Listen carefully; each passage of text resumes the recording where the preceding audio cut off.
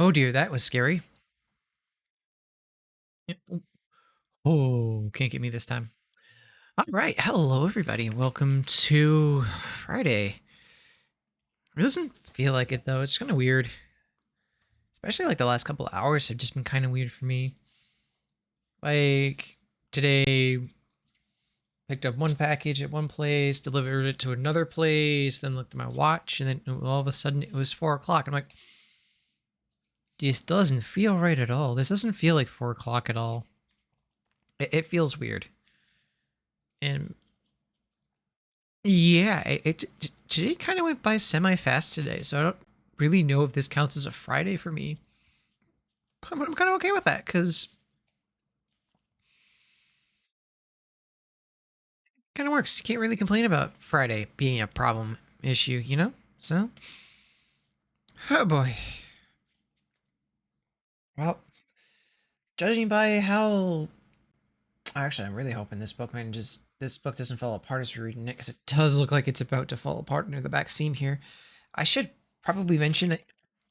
Actually, I wonder if that is even her on stream. Probably not, but the books I am currently reading, the books I currently have for like the Lord of the Rings and the Hobbit, they are like extremely old. If that's a good way to put it. Like that makes them even better. That makes them vintage. I could probably sell the. Nah, I like to keep these. These are good. These are good books to read. I wouldn't sell them. It's not worth to sell these. But in any case,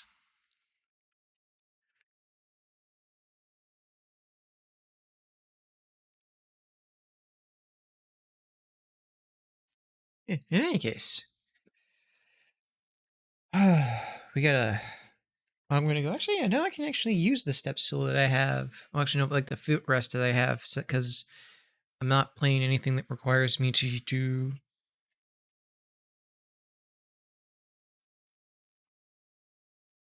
Why does it smell like when he's making eggs and bacon?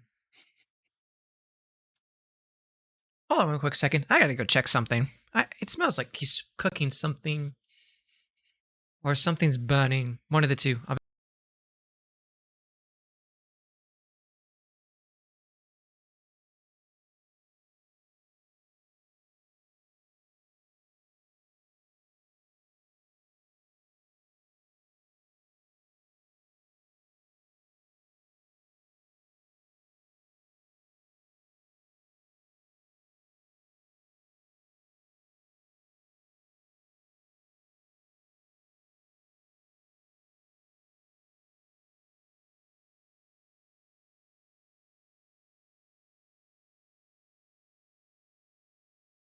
Investigation's over. He's cooking bacon. I think he's cooking air fried too. It's probably why I smell that. It has that smell. But anyways, eh, as comfortable as I can get. Grab the book. Oh dear. Please hold together. Please hold together. Please hold together. Oh, is this what's these? Oh.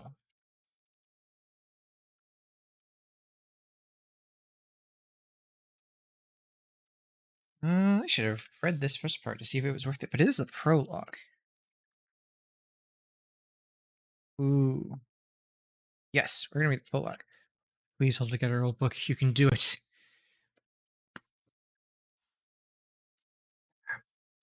Prologue. Part 1. Concerning hobbits. This book is largely concerned with hobbits, and from its pages, a reader may discover much of their character and a little of their history. Further information will also be found in the selection from Red Book of Westmarch that has already been published under the title of The Hobbit, which we have covered which we have covered before.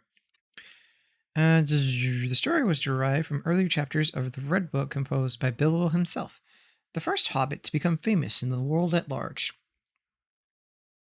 and called by him There and Back Again. Since they told his journey into the East. Shit. I'm moving around way too much. Since his journey into the east and his return, an adventure which has later involved all the hobbits in such great events at the age are here related. I think I stumbled there. Many, however, may wish to know more about this remarkable people from the outset, while some may not possess the earlier book. For such readers, a few notes on Hobbit's more important points are here collected from the Hobbit lore, and the first adventure is briefly recalled. Ooh. Hobbits are an obtrusive but very ancient people, more numerous formerly than they are today. For they love peace and quiet, a good tilled earth, a well ordered and well farmed countryside. It was their favorite haunt. They do not and did not understand or like machines more complicated than a forge bellows, a water mill, or a hand loom. Though they were skillful enough for tools, even in ancient days they were, as a rule, shy of the big folk, as they call us. And now they avoid us with dismay and become hard to find. They are quick of hearing and sharp-eyed, and though they are inclined to be fat and do not hurry unnecessarily, they are nonetheless nimble and deft. And come on, pages. In their movements. They possess from the first art of disappearing swiftly and silently, while large folk, whom they do not wish to meet, come blundering by. And this art they have developed until to men, and it may have seemed magical. Okay. And this art they may have developed until to men it may have seemed magical. But hobbits have never, in fact, studied magic or art of any kind. And their elusiveness is due solely to a professional skill that hereditary and practice and a close friendship with the earth have rendered inevitable by bigger and clumsier races. For they are little people, smaller than dwarves, less stout and stocky, that is. Even when they are not actually much shorter, their height is variable, ranging between 2 or 4 feet by our measure. They seldomly now reach the 3 feet, but they have dwindled, they say. In ancient days, they were taller. According to the Red Book, Bondobras took Bolror, son of Instagram II, was 4'5" and able to ride a horse. He was surpassed in all Hobbit records only by 2 famous characters of old. But that curious matter is dealt with in this book. I can't wait to see how this is handled. As for the Hobbit of the Shire, with whom these tales are concerned, in these days of their peace and prosperity, they were merry folk. They dressed in bright colors, being notably fond of yellow and green, but they seldomly wore shoes since their feet were tough, leathery soles, and were clad in thick curly hair, or much like the hair of their heads, which was commonly brown. Commonly brown, huh? Interesting. Thus, the only craft little practiced among them was shoemaking. But they had long and skillful fingers and could make many other useful and common things. Their faces were as a rule good nature rather than beautiful, broad, bright-eyed, red cheek with mouths apt to laughter and to eating and drinking. And laugh they did, and eat, and drink, and often too heartedly, being fond of simple jests at all times, of the 6 meals a day, when they could get them. They were hospitable and delighted in parties and in presents, which they gave away freely and eagerly accepted. Huh, interesting. I'll have to remember that if I ever play a hobbit, or a halfling is what they're called in 5e, if I remember correctly. I could be wrong. It is plain indeed that in spite of later engagement, hobbits are relatives of ours, far nearer to us than elves, or even than dwarves. Of old they spoke the languages of men after their own fashion, and liked and disliked much the same things as men did. But what exactly our relationship is no longer to be discovered. What exactly our relationship is can no longer be discovered. The beginning of the hobbits lies far back in the elder days that are now lost and forgotten. Only elves still preserve any records of that vanished time, and their traditions are concerned almost entirely with their own history. in which men appear sodomly and hobbits are not mentioned at all. Yet it is clear that hobbits had, in fact, lived quietly in Middle Earth for many long years before the other folk became even aware of them. And the world being, after all, full of strange creatures beyond count, these little people seemed of very little importance. But in the days of Bilbo and of Frodo, his heir, they suddenly became, by no wish of their own, both important and renowned, and troubled the councils of the wise and the great. These days, the third age of Middle Earth are now long past, and the shape of all lands has been changed. But the regions in which hobbits have lived, but the regions in which hobbits then lived were doubtless as the same as those in which they still linger. The northwest of the old world, east of the sea of their original home, the hobbits in Bilbo's time preserved no knowledge. A love of learning, other than genealogical lore, was far from general among them. But there they remained, still a few in the older families who studied their own books, and even gathered reports of old times in distant lands from elves, dwarves, and men. Their own records began only after the settlement of the Shire, and their most ancient legends hardly looked further back than their wandering days. It is clear, nonetheless, from these legends and from the evidence of their peculiar words and customs, that, like many other folk, hobbits had in the distant past moved westward. Their earliest tales seem to glimpse a time when they dwelt in the upper valleys of Auden, between the eaves of Greenwood the Great and the Misty Mountains. Why they later undertook the hard and perilous crossing of the mountains to Eredor is no longer certain.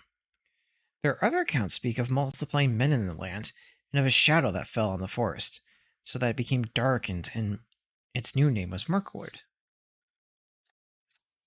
Shit, I dropped the book.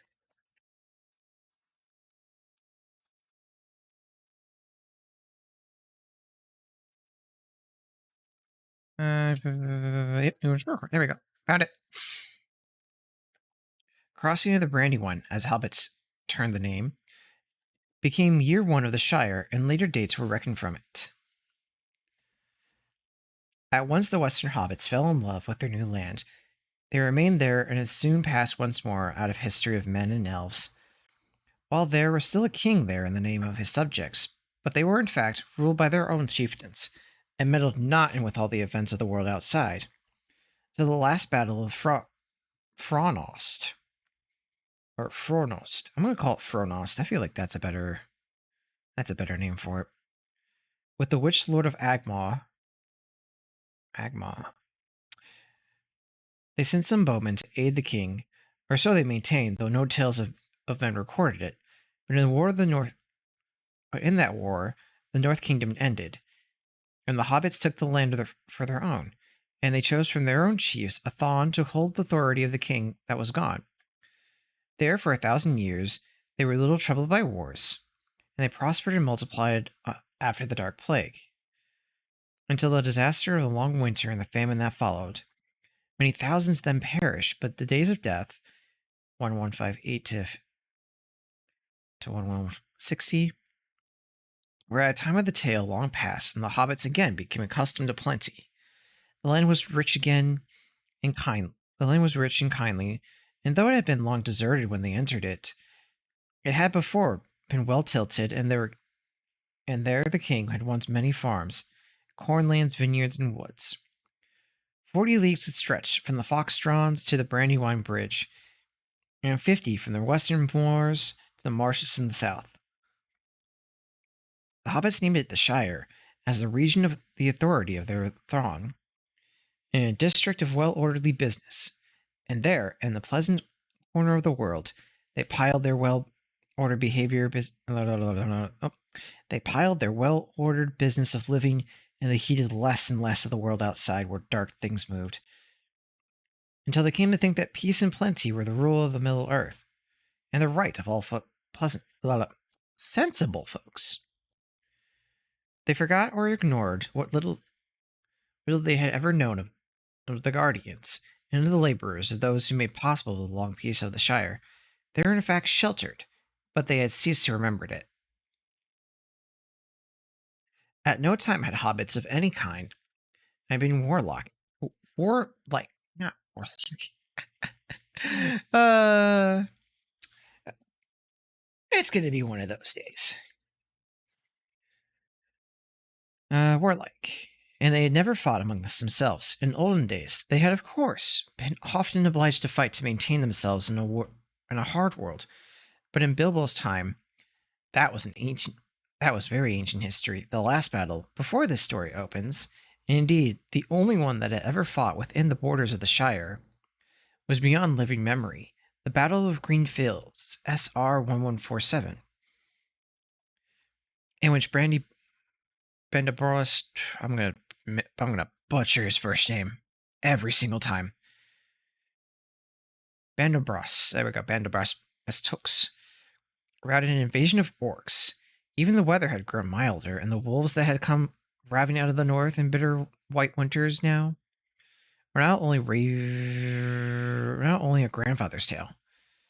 So there was still some store of weapons in the Shire. These were used mostly as trophies, hanging above hearths or on the walls, or gathered in the museum of Michael Devlin, the Matham House, it was called, for anything that the hobbits had no intermediate use, but were unraveling to throw away. They called a Matham. Interesting. Their dwellings were apt to become rather crowded with the Mathams. And many of the presents that passed from hand to hand were of that sort. Nonetheless, ease and peace had left this people still curiously tough. They were, if it came to it, difficult to doubt or kill.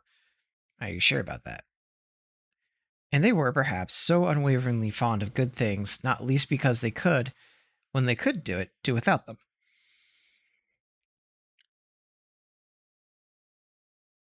And could survive rough handling by grief, foe, or weather in a way that astonished those who did not know them and looked no further than their bellies and their well-fed faces.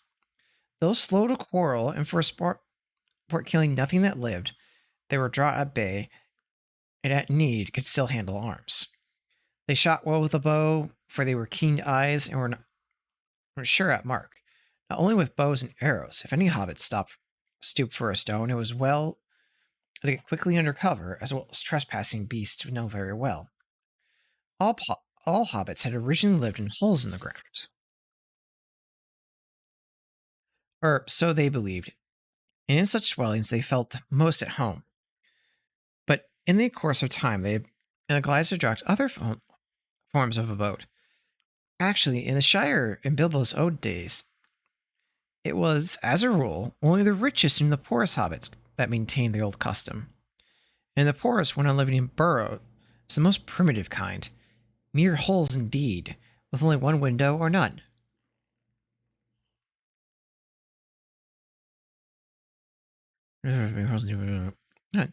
While the well-to-do still constructed or more luxurious versions of the simple digging of old, but suitable sites for these large and ramifying tunnels, or Shmia, Smials,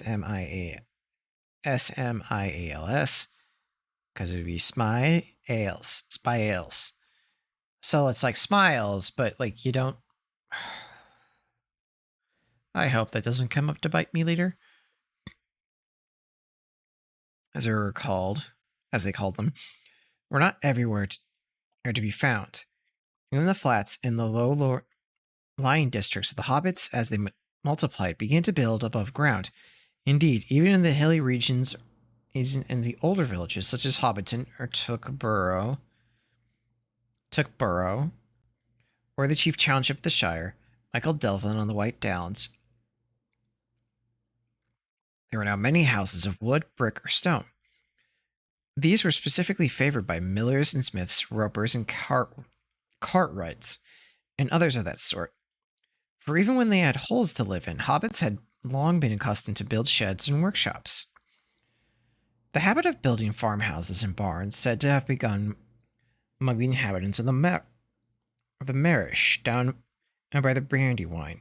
Hobbits of that quarter, the eastern farthing, were rather large and heavy-legged. Okay, I'll be right back. I want to get a little bit of a caffeine boost because I am yawning way too much to even do this. Hold on a moment.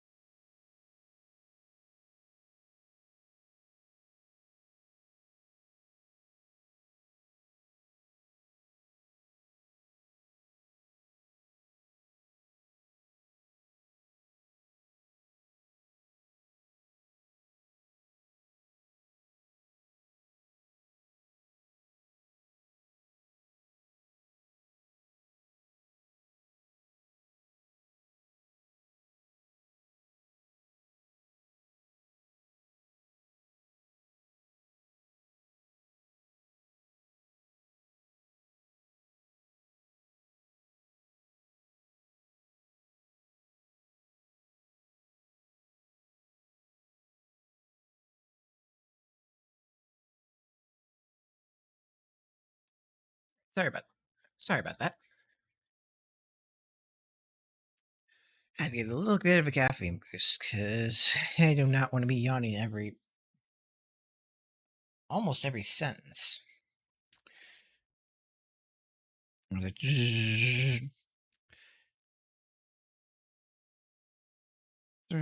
for heavy legged, and they were dwarf boots in muddy weather, but they were well known to be stores in large parts of their blood, as deed was shown by the down that many grew on their chins. What the fuck's a down? No Hoftfoot or Ohide had any trace of a beard. Indeed, the folk of the Marish and of Buckland, east of the river, which they had afterwards occupied, came for the most part later into the Shire, up from the south away, and still had many peculiar names and strange words not found anywhere else in the Shire. It is probable that the craft of building, as many crafts besides, were derived from the duodyne. And that's right. The only reason I recognize the spelling of it is because I've heard it in the movies, and I'm so glad I watched the movies for reading this. But the hobbits may have learned it directly from the elves. Oh, it's an elven word in this universe. Getcha. The teachers of men in their youth. For elves of the high kindred had not forsaken Middle Earth, and they had dwelt still at that time at the Grey Havens, away to the east and in other places within the Shire. 3 elf towers of immemorial age were still to be seen beyond the western marshes. They shone far off in the moonlight, the tallest further away, standing alone on a green hill. The hobbits of the Weatherfairings said that one could see the sea from the top of that tower, but no hobbit had ever been known to climb it. Indeed, a few hobbits had ever seen or sailed upon the sea, or fewer still had ever returned to report it. Most hobbits regarded even rivers and small boats within the deep misgivings, and not many of them could swim. And as the days of the Shire lengthened, they spoke less and less with the elves and grew afraid of them, and distrustful of those who had dealings with them. And the sea became a word of fear among them, and a token of death. What, did they run into a Cthulhu? And they turned their faces away from the hills of the west. The craft of building may have come from the elves or men, but hobbits used it in their own fashion. They did not go for towers. Their houses were usually long and low and comfortable. The oldest kind were indeed no more than built imitations of smiles. I'm going to say it like that, just going to have to deal with it. Thatched with dry grass or straw, a roof with turfs, and every wall somewhat bulged. That stage, however, belonged to the early days of the Shire, and hobbit building had long since been altered, improved by devices, learned from the dwarves, or discovered by themselves. A preference for round windows and even round doors was the chief remaining particularity of the hobbit architecture.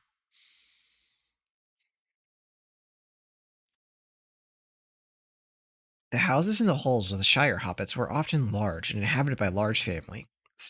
Bilbo and Frodo Baggins were as bachelors very exceptional as they were also in many ways, such as their relationship with the elves.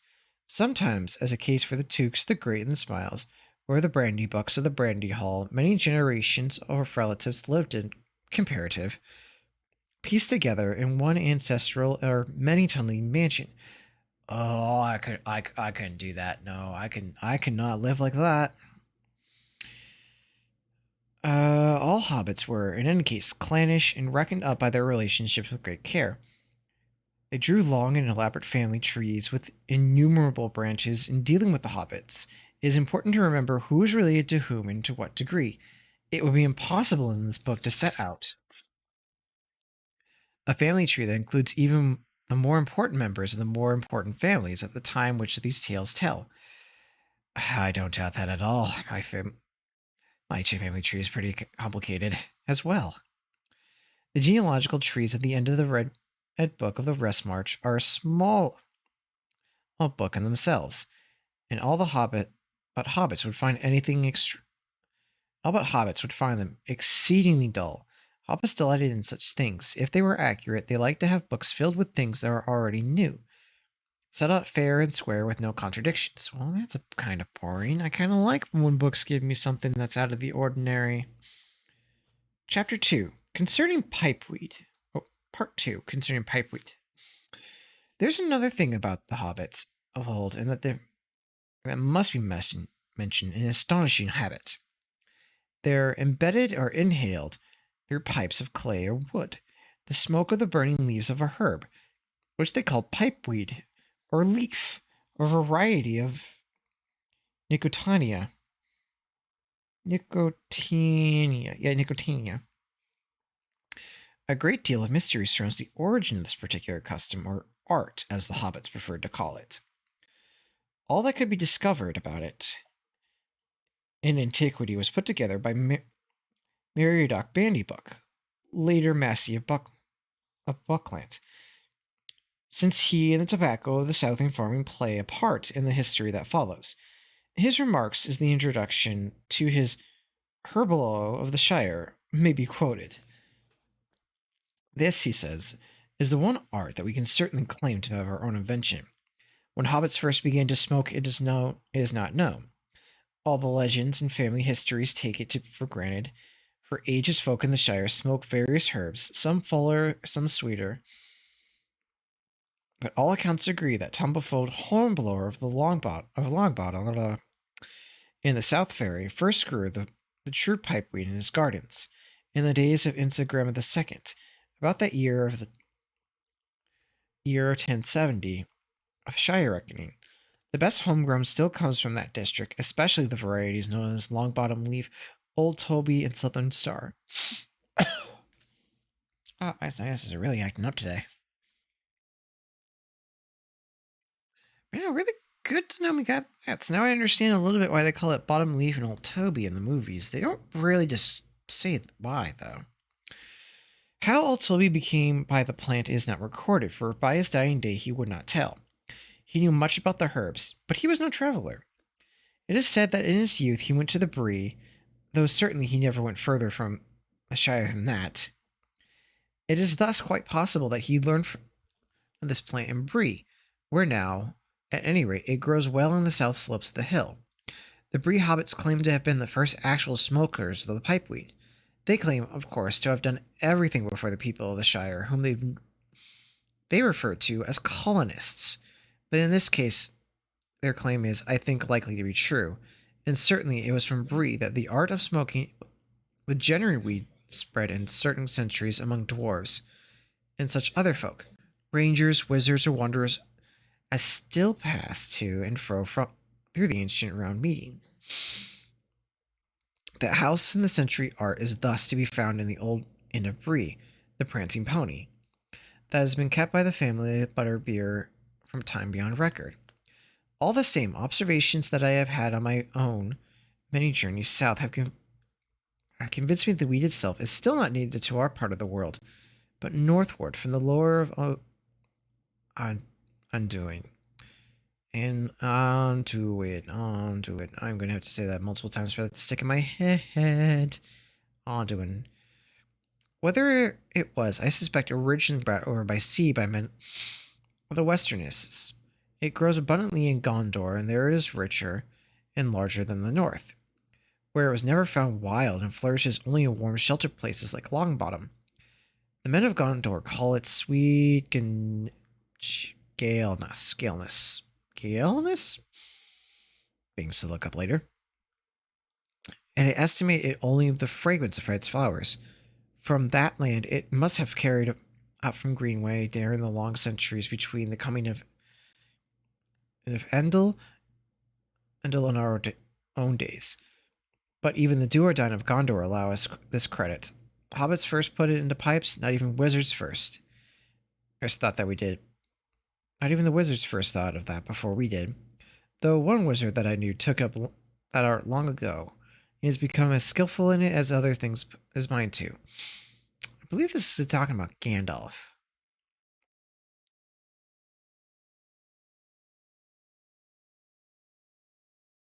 That does sound like Gandalf. Alright. Part 3 of the Ordering of the Shire. The Shire was divided into 4 quarters. The Faerings are referred to north, south, east, and west. And these again, each to a number of the Folklands, which before, still bore the names of some of the leading families, although by the time of this history, these names were no more. I'm going to assume that means no more, or no longer found. Okay, no longer found in their Folklands. Nearly all the Tooks still lived in Tookland, but that was still not true of many of the other families, such as the Baggins or the Boffins. Outside the Faerings were the East and West Marches, the Buckland and the West March added to Shire and SRs or 1462. The Shire for this time had hardly any government families. For the most part, any government. Families, for the most part, managed their own affairs. Growing food and eating it occupied most of their time. In other matters, they were, as a rule, generous and not greedy, but contented and moderate, so that estates and farms, workshops, and small trades tended to remain unchanged for generations. Really wouldn't say Bilbo was very generous, but that's what happened. This is before he went on his adventure. There remained, of course, the ancient tradition of concerning the High King of Fornost, or Norbori, as they called it, away north of the Shire. But there had been no king for nearly 1,000 years, and even the ruins of kings of Norbury.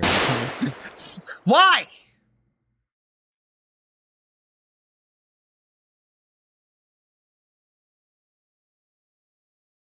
Why?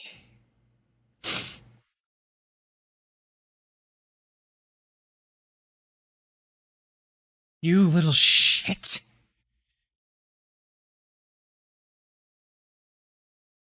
You little shit.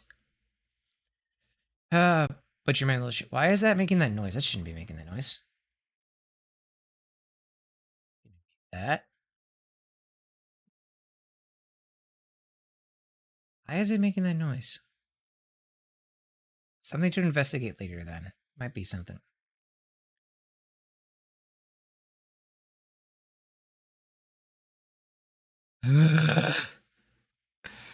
Giving me a goddamn heart attack, you little shit.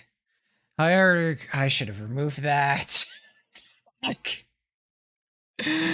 Ah. Now I know how Marin feels just a little bit.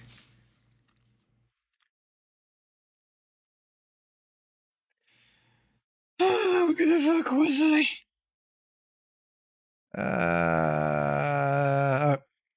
Looking for 1,000 years. Oh, yeah. Oh, yeah, we're talking about. Oh, yeah, Master Midnight, you feel right at home here. We're talking about little shits, aka mischievous hobbits. And I suppose I'll hydrate too. Maybe I should move that to the other side. You know what, let me do that while that's still on my screen. What do? There. And lock it there.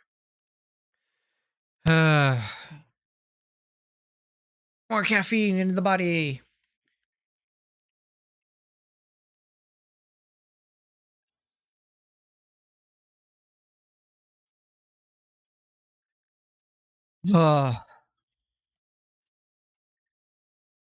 Thank you for the hydrate. And thank you for the high. I'm not going to thank you for the bang.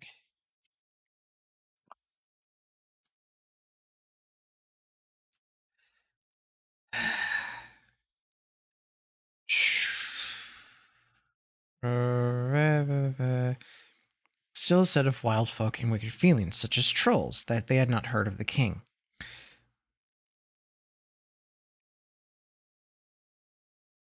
Hello! How you guys doing tonight?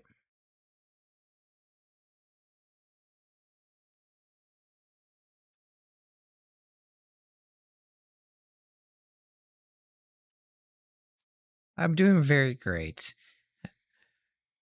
I have been...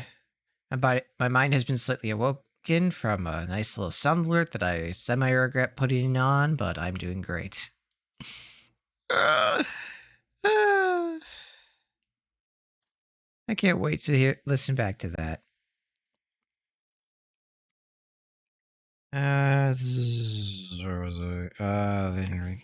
For they attributed to the king of old all of their essential laws, and usually they kept the laws of free will because they were the rules, as they said, both ancient and just.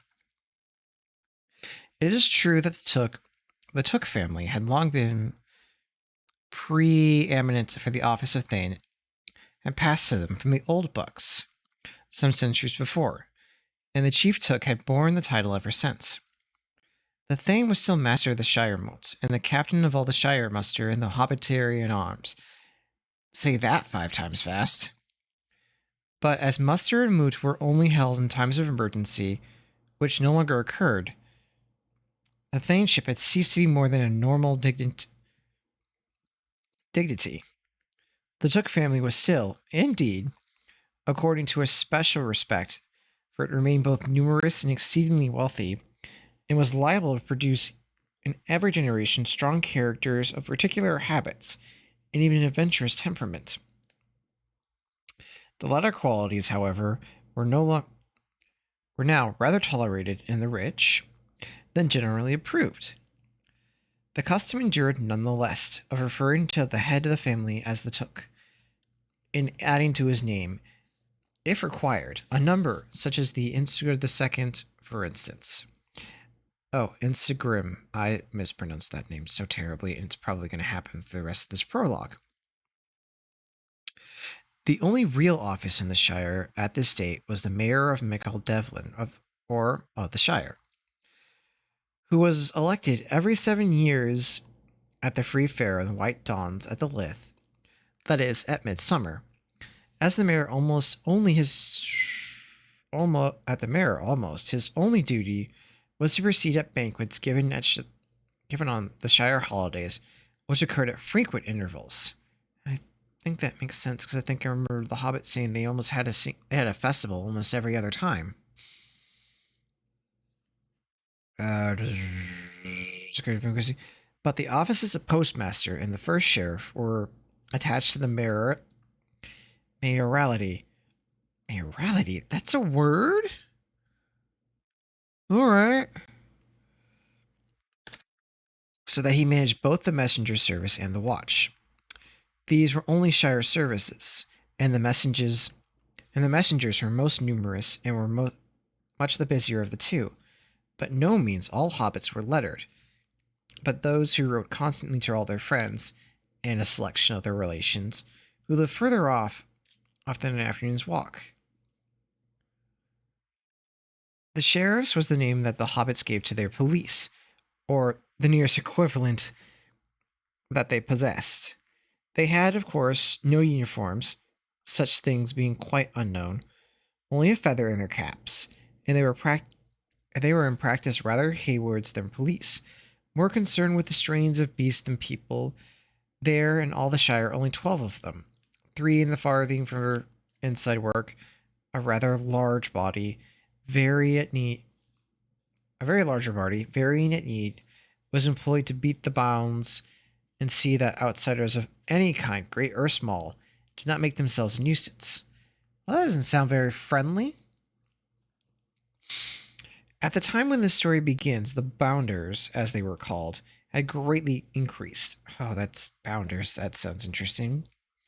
There were many reports and complaints of strange persons and creatures prowling about the borders or over them.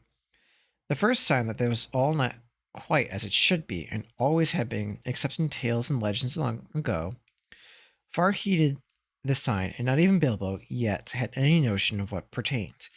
60 years had passed since he set out on his memorable journey. It was old even for hobbits, who reached about 100 as often as not, but evidently still remained of the considerable wealth that he had brought back. How much or how little he revealed to no one, not even to Frodo, his favorite nephew, and he still kept the ring secret that he'd found. Part 4 of the finding of the ring. As is told in The Hobbit, there came one day to Bilbo's the great wizard Gandalf the Grey, and 13 dwarves with him, no other indeed than Thorin Oakenshield, descendant of kings, and his 12 companions in exile. With them he set out to his last and astonishing moment, on a morning of April, it being the year 1341. Shire reckoning on a quest with great adventure. The dwarf hordes of the king under the mountain, beneath Erebor and the Dale, far off in the east. The quest was successful, and the dragon that guarded the horde was destroyed. Yet, though before all was won, the battle of the 5 armies was fought, and Thorin was slain, and many deeds of renown were done. The matter would scarcely have concerned later history, or earn more than a note in the long annals of the Third Age, but for an accident, by the way, the party was assailed by orcs in a high pass of the Misty Mountains as they went towards Winterland, and so it happened that Bilbo was lost for a while. Was it orcs? I thought it was goblins. Are you sure it was orcs? I'm fairly certain that this prologue isn't accurate because it was goblins, not orcs. How dare it say it was orcs? The book said goblins.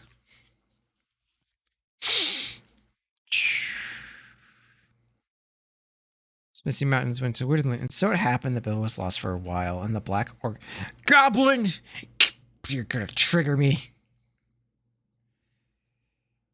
And there he groped in vain in the dark, and put his hand on a ring, lying on the floor in a tunnel. He put it in his pocket. It seemed like mere luck. Trying to find his way out, Bilbo went down to the roots of the mountains, until he could go no further. At the bottom of the tunnel lay a lake far from the light, and on an island of rock in the water lived Gollum. He was a loathsome little creature. He paddled a small boat with his large feet, peering with pale, luminous eyes, and catching a blind fish with long fingers, and eating them raw. He ate any living thing, even orc, goblin, if he could still catch and strangle it without struggle. He possessed a secret treasure that had come into him long ago, when he still lived in the light. A ring of gold that made wearers invisible. It was the one thing he loved, his precious, and he talked to it, even when it was not with him, for he kept it hidden safe in a hole on his island, except when he was hunting or spying on the goblins of the mines. I will do this every single time it continues to say orcs. Maybe he would have attacked Bilbo at once if the ring had been on him when they met, but it was not, and the hobbit had held in his hand an elvish knife, which served as his sword. So to gain... I'm hitting the battery of my laptop that I probably shouldn't be. So to gain time, Gollum challenged Bilbo to a riddle game, saying that if he asked a riddle which Bilbo could not guess, then he would kill him and eat him. But if Bilbo defeated him, then he would do this as Bilbo wished, and he would lead him to a way out of the tunnels. Oof. Since he was lost in the dark without hope and could neither go on or nor back, Bilbo accepted the challenge, and they asked him another many riddles. In the end, Bilbo won the game. By luck, as it seemed, then by wits, for he stumbled to the last riddle to ask and cried out as his hand came with the ring and he picked up and forgotten. What have I got in my pocket? This Gollum failed to answer, though he demanded 3 guesses. The authorities, it is true, differ whether the last question was a mere question and not a riddle according to the strict rules of the game. But all agree that after accepting it and trying to guess the answer, Gollum was bound by his promise. And Bilbo pressed him to keep his word, for the thought came to him that this slimy creature might prove false, even though such promises were held sacred and of old, but the wickedest things failed to break them. But after ages alone in the dark, Gollum's heart was black and treachery was in it. He slipped away and returned to his island, of which Bilbo knew nothing. Not far off in the dark water, there he thought lay his ring. He was hungry now and angry, and once his precious was with him, he could fear no weapon at all. But the ring was not on the island. He had lost it. It was gone. His screech sent a shiver down Bilbo's back, though he did not yet understand what happened. But Gollum had at least leapt to a guess, too late. What was in his pockets? He cried. The light in his eyes was a green flame as he sped to murder the hobbit and recover his precious. Just in time, Bilbo saw his peril and fled blindly up the passage away from the water, and once more he was saved by luck. For as he ran, he put on his hand in his pocket, and the ring slipped quietly on his finger.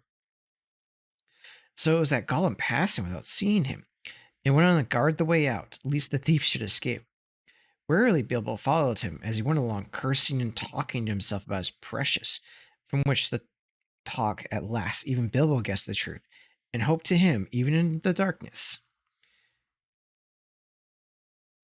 Hope came to him in the darkness. He himself found the marvelous ring and a chance to escape from the orcs, goblins, and from Gollum. At length they came to a halt before an unseen opening that led to the lower gate of the mines, on the eastward side of the mountains. There Gollum crouched at bay, smelling and listening, and Bilbo was tempted to slay him with his sword. But pity stayed him. Though he kept the ring in which his only hope lay, he would not use it to help kill the wretched creature at a disadvantage. In the end, gathering his courage, he left over Gollum in the dark and fled away down the passage, pursued by his cries and hate and despair. I'll attempt. If my mic cuts out, my mic cuts out at this point. Thief! Thief! Baggins! We hate it!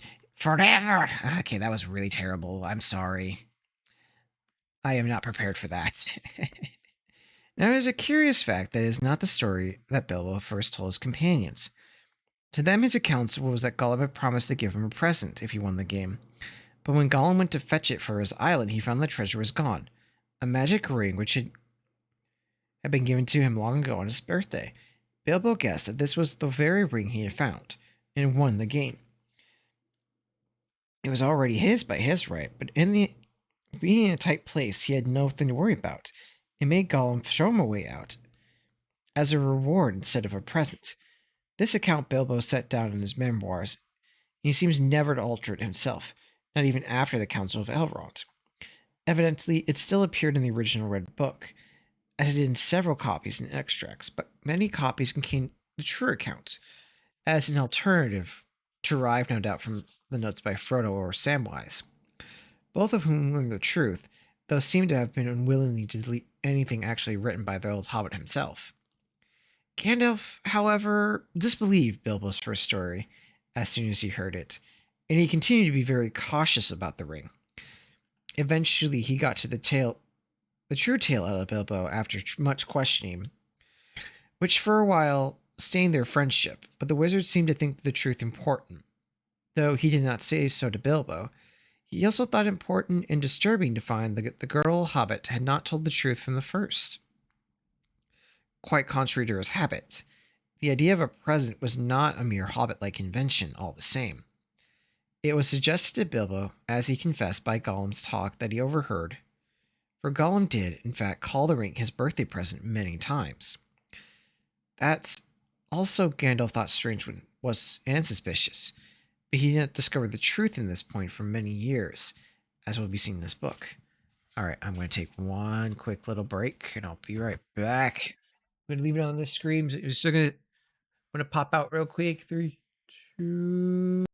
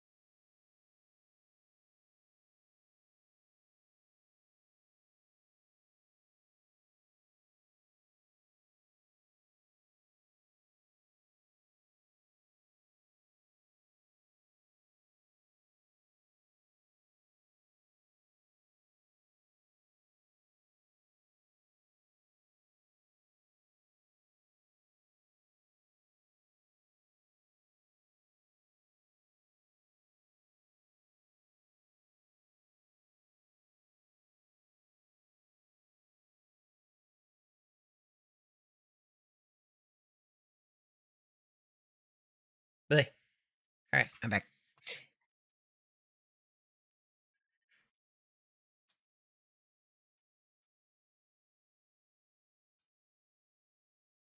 There we go. Now I can do this a little better.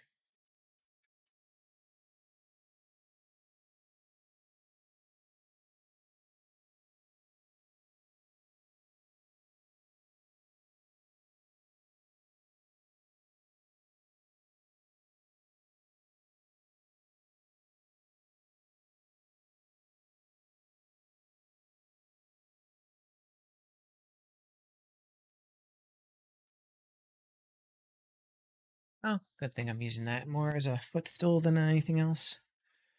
Alright. Where was I? Wait. Look.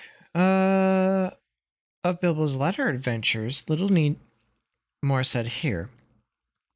With the help of the ring, he escaped from the goblin guards at the gate and rejoined his companions. He used the ring many times on his quest, and chiefly for the help of his friends. But he kept it secret from them as long as he could. After his return to his home, he never spoke of it again to anyone, save Gandalf or Frodo, and no one else in the Shire knew of its existence, or so you believe. Only to Frodo did he show the account of his journey that was written. His sword, Sting, Bilbo hung over his fireplace in his coat of marvelous mail, and the gift of the dwarves from the dragon hoard he lent to a museum. To the Mitchell Delvey Matham house, in fact. But he kept in a drawer at Bag End the old cloak and hood he had worn on his travels, and the ring, secured by a fine chain, remained in his pocket. He returned to his home at Bag End on June 22nd, in his 52nd year, and not very wise. The most important copy, however, had different history. It was kept at the Great Smiles, but was written in Gondor, probably at the request of the great-grandson of Peregrine. Peregrine, that's an interesting name. Peregrine, and completed in SR 1592 FA117 172. In its southern scribe and appended note, Findegale, King's writer, finished his work in IV 172. It is the exact copy in details of Thane's book of Minas Tirith. That book was a copy made at the request of the King Elisar of the Red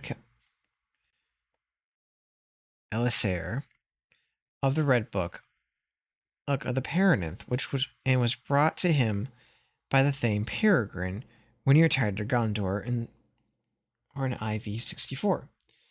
The Thane's book was thus the first copy made of the Red Book, and it contained much of the letter omitted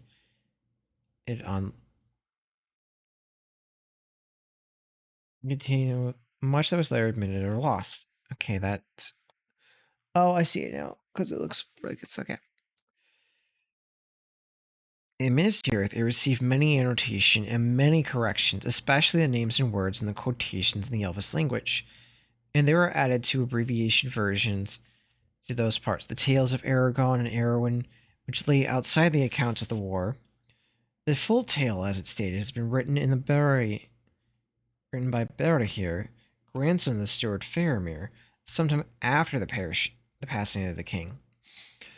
But the chief importance of the Findegale's copy is that it contains the whole of Bilbo's translations from the elves. These 3 volumes were found to be a work of great skill and learning, which between 1403 and 1418 he had used all the sources available to him in Rivendell, both living and written. But since they were little used by Frodo, and being almost entirely concerned of the olden days, no more is to be said of them here. Since Meriadoc and Peregrine. Oh, Peregrine. Oh, Meriadoc and Peregrine took. Yeah, makes sense. Became the heads of their great families, and at the same time kept up their connections with Rohan and Gondor. The libraries of Bucklebury and Tolkborough contain much that did not appear in the Red Book. In Brandy Hall, there were many works dealing with Eredor and the history of Rohan. Eredor. I really want to say it like that. Some of these were composed or began by Meriadoc himself, though in the Shire he was chiefly remembered for his Heraldry of the Shire and for his reckoning of the years, in which he discussed the relations of the calendars of the Shire and Bree to those of Rivendell, Gondor, and Rohan. He also wrote a short treatise on old world names in the Shire, showing special interest in discovering the kinship and with the language of the Rohirrim, such as the Shire swords, as a Marathum and old elements placed in names. All great smalls of the books were of less interest to the Shire folk, though many important for large history.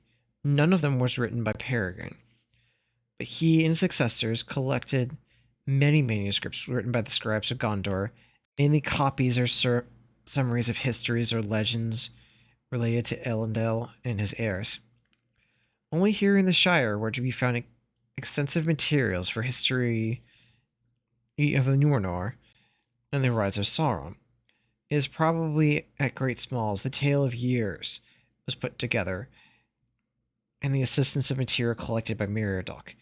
Though the dates were given at are often conjectural, especially for the Second Age, they deserve attention. It is probable that Meriadoc obtained assistance and information from Rivendell, which he visited more than once. There, though Elrond had parted, his sons long remained, together with some of the High Elven folk. It is said that Celeborn went to dwell there after the departure of Galadriel. Celeborn. Okay, so is wait, is Celeborn? Would this be the same Celeborn from the Shadow of Mordor games? So he got up.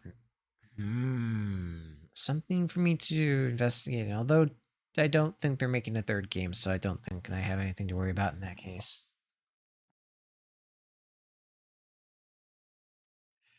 Or maybe it's a different Celeborn. Maybe elves just love naming their names Celeborn. I don't know.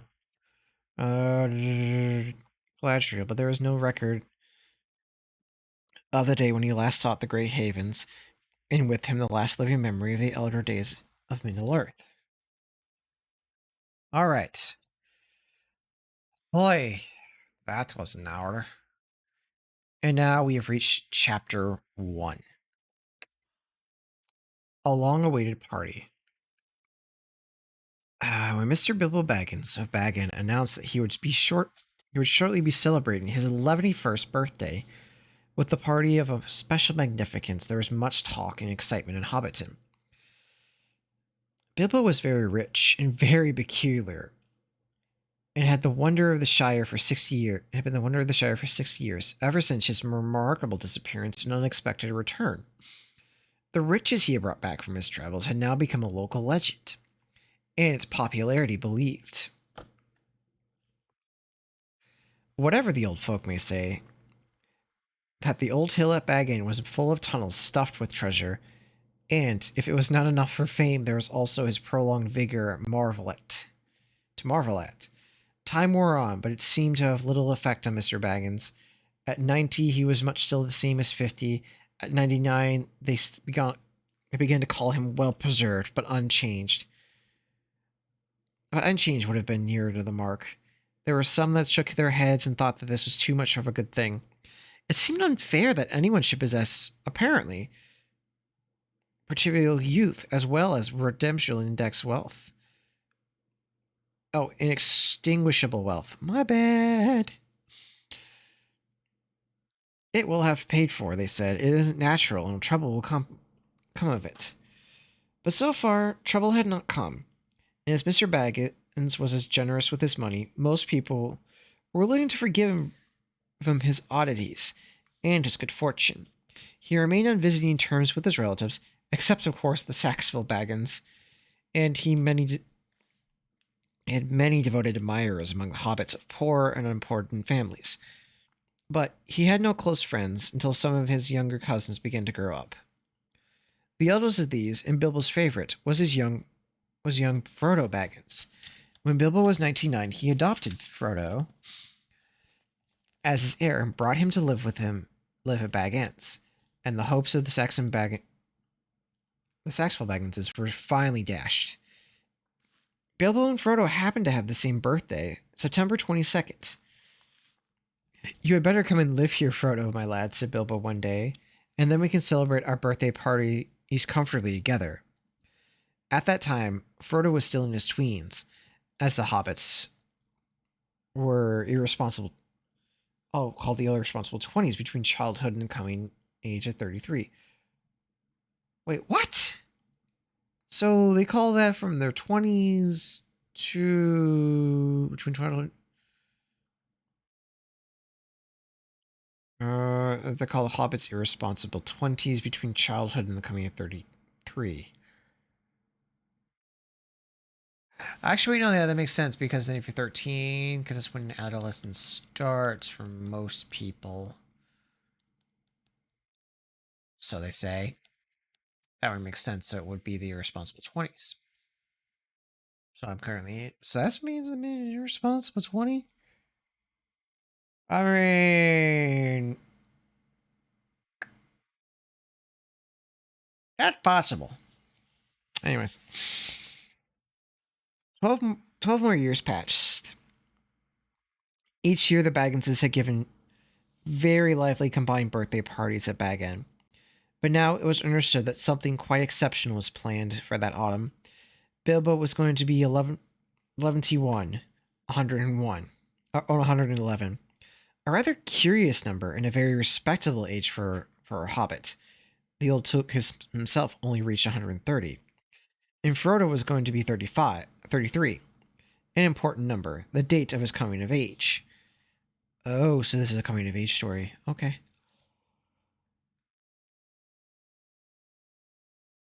Tongues began to wag in Hobbiton and Baywater, and rumor of the coming event traveled all over the Shire. And the history of the character of Mr. Bilbo Baggins became once again the chief topic of conversation. And the older folks suddenly found their reminiscence in welcome demand. No one had more attractive audience than the old Gamgee.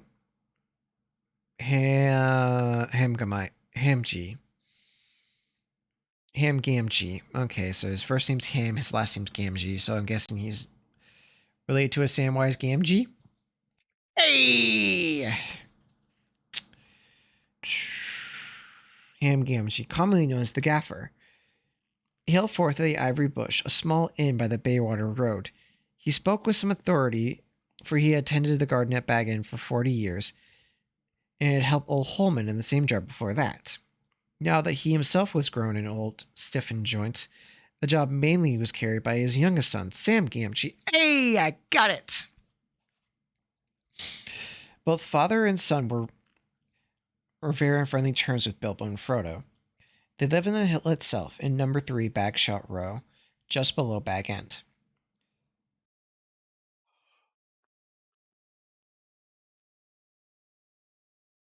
Take a sip real quick.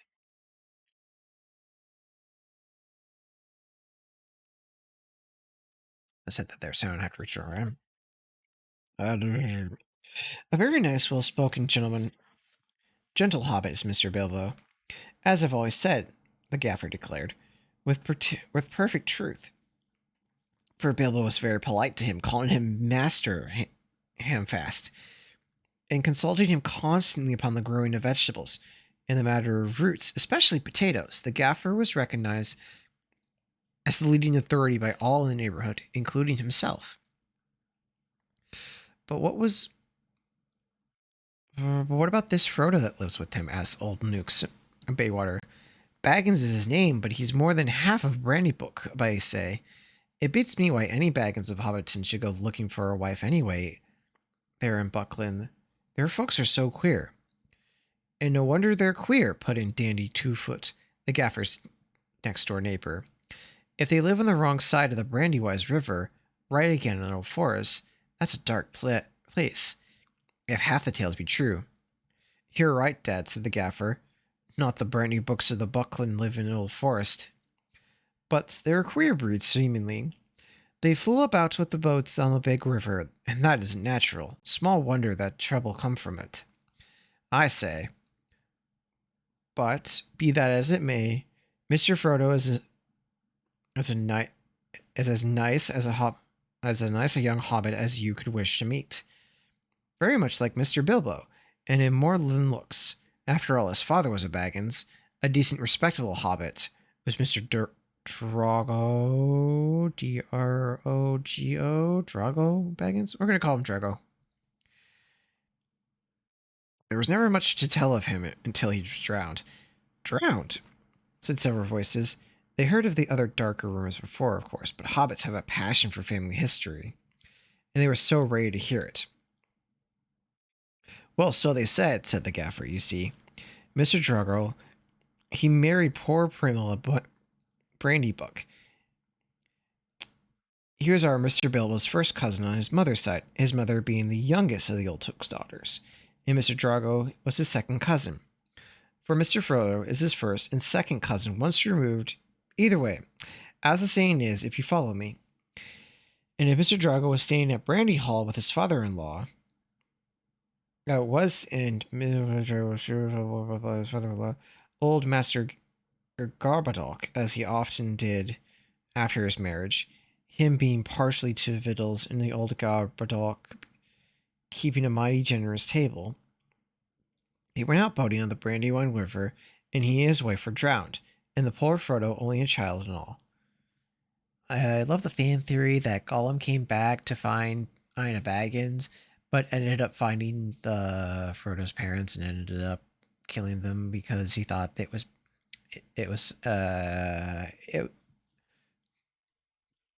Bilbo because he couldn't find any other Baggins.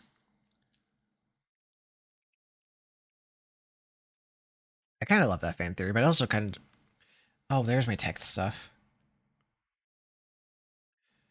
Okay, the question is, oh, I did edit. Son of a bitch. Haha. I forgot that I had that. Oh wait, or is that my technical issues one? That's my technical issues one. Son of a bitch.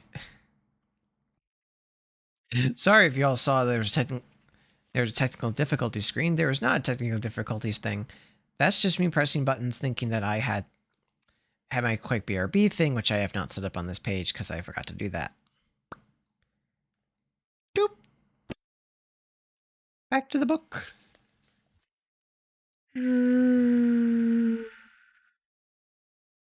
Okay. I heard they went on the river after dinner in moonlight, said Old Nooks, and it was Drago was with that sunk the boat. I heard she pushed him in and he pulled her in after him. You shouldn't listen to all you hear, Sandy Man, said the gaffer, who did not do much like the miller. There isn't a no call to go talking and pushing and pulling. Boats are very tricky enough for those who are that sit still, without looking further for the cause of trouble. Anyway, there was this Mr. Frodo left an open and stranded, as you might say, among the queer Bucklanders brought up by many in Brandy Hall. A regular war, and by all accounts, old Master Garibaldo never had fewer than a couple of hundred relations in the place. Mr. Bilbo never did a kinder deed than when he brought that lad back to live among decent folk. But I reckon it was a nasty knock for those Saxonville Baggins. They thought they were going to get Bag End that time when he went off and thought it'd be dead. And then he comes back and orders them off and goes on living and never looking a day older, bless him. And suddenly he produces an heir. And has all the papers made out proper. The Saxonville Baggins won't never see the inside of Bag End now. Or is to be hoped not. Well, considering how the story ends. Yeah. There is a titty bead of money tucked away up there, I hear tell, says stranger. A visitor on business from Mitchell Dwelvin in the water in the West Farthing. All the top of your hill is full of tunnels packed with chests in gold and silver. In Joel's, I have heard. Then you've heard more than I can speak to, answered the gaffer. I know nothing of Joel's. Mr. Bilbo is free with his money, and there's still no lack of it, but I know of no tunnel making. I saw Mr. Bilbo when he came back a matter of 60 years ago when I was a lad. I did not long come to pretend to the old Holman, him being my dad's cousin, but he had me up at the bag and helping him keep folks from trampling or trespassing all over the garden when the sale is on.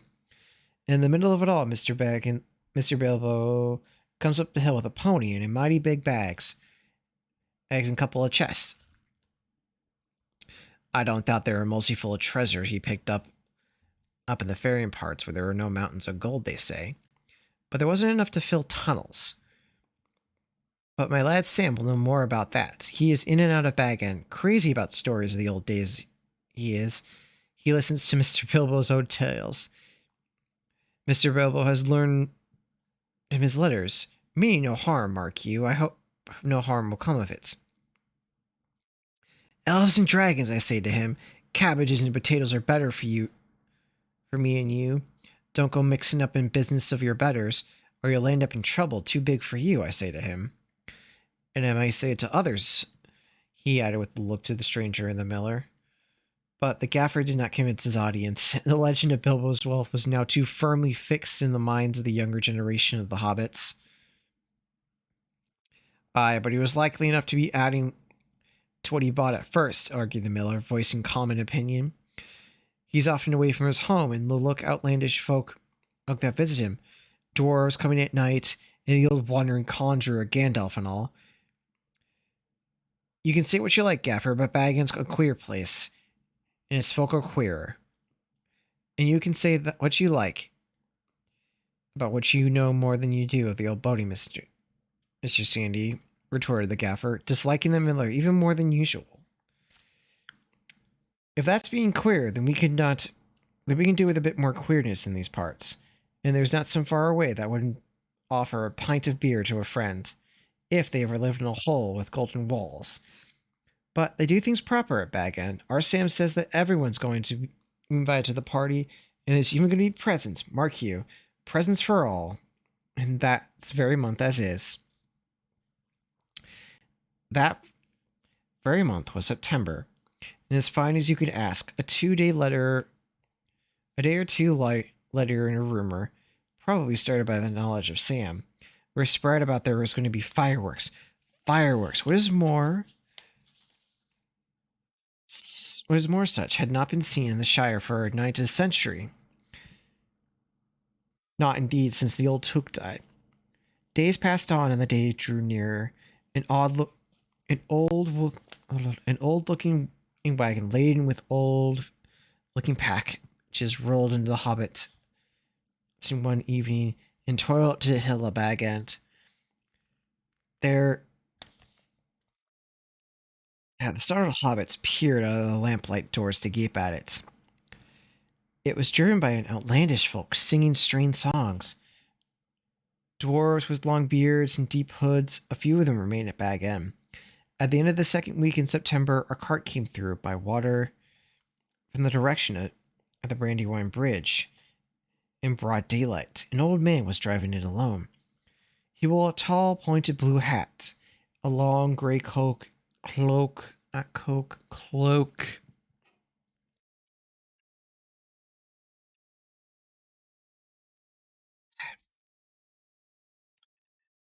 and a silver scarf. He had a long white beard and bushy eyebrows that stuck up out beyond the brim of his hat. Small hobbit children ran after the cart, all through Hobbiton, right up to the hill. And at a cargo of fireworks, as rightly they guessed, at Bilbo's front door, the old man began to unload.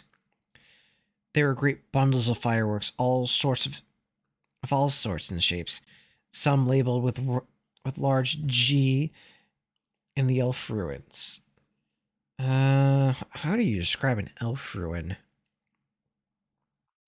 It was Gandalf's mark, of course, and the old man was Gandalf the Wizard, whose fame in the Shire was due mainly to his skill with fires and smokes and lights.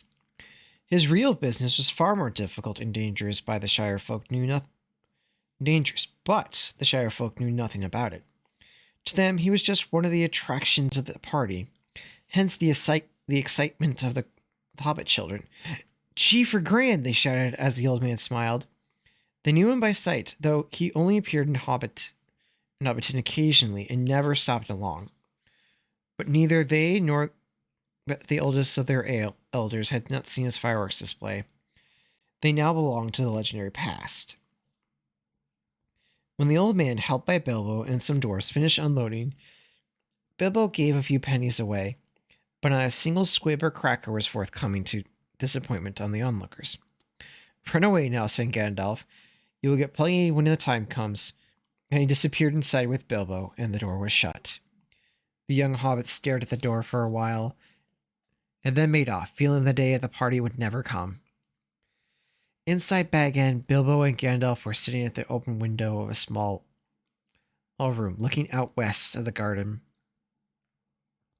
The late afternoon was bright and peaceful, and the flowers glowed red and golden, snapdragons and sunflowers, and neutriums trailing all over the turf walls and keeping leaning at the round windows.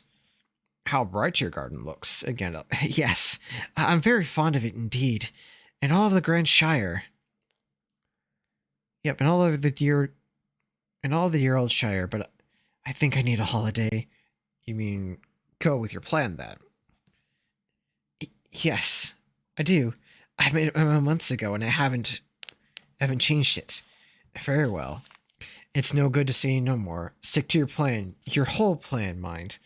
And I hope it will turn out for the best of you, for all of us. I hope so. Oh, anyway, I mean to enjoy myself on Thursday and have my little joke. Who will laugh, I wonder, said Gandalf, shaking his head. We shall see. This makes me think that Gandalf knew about... This reading makes me think Gandalf knew about it before time, so why would he be surprised? I guess that's suspense. I mean, to be fair, we did skip the Hobbit in the movieverse.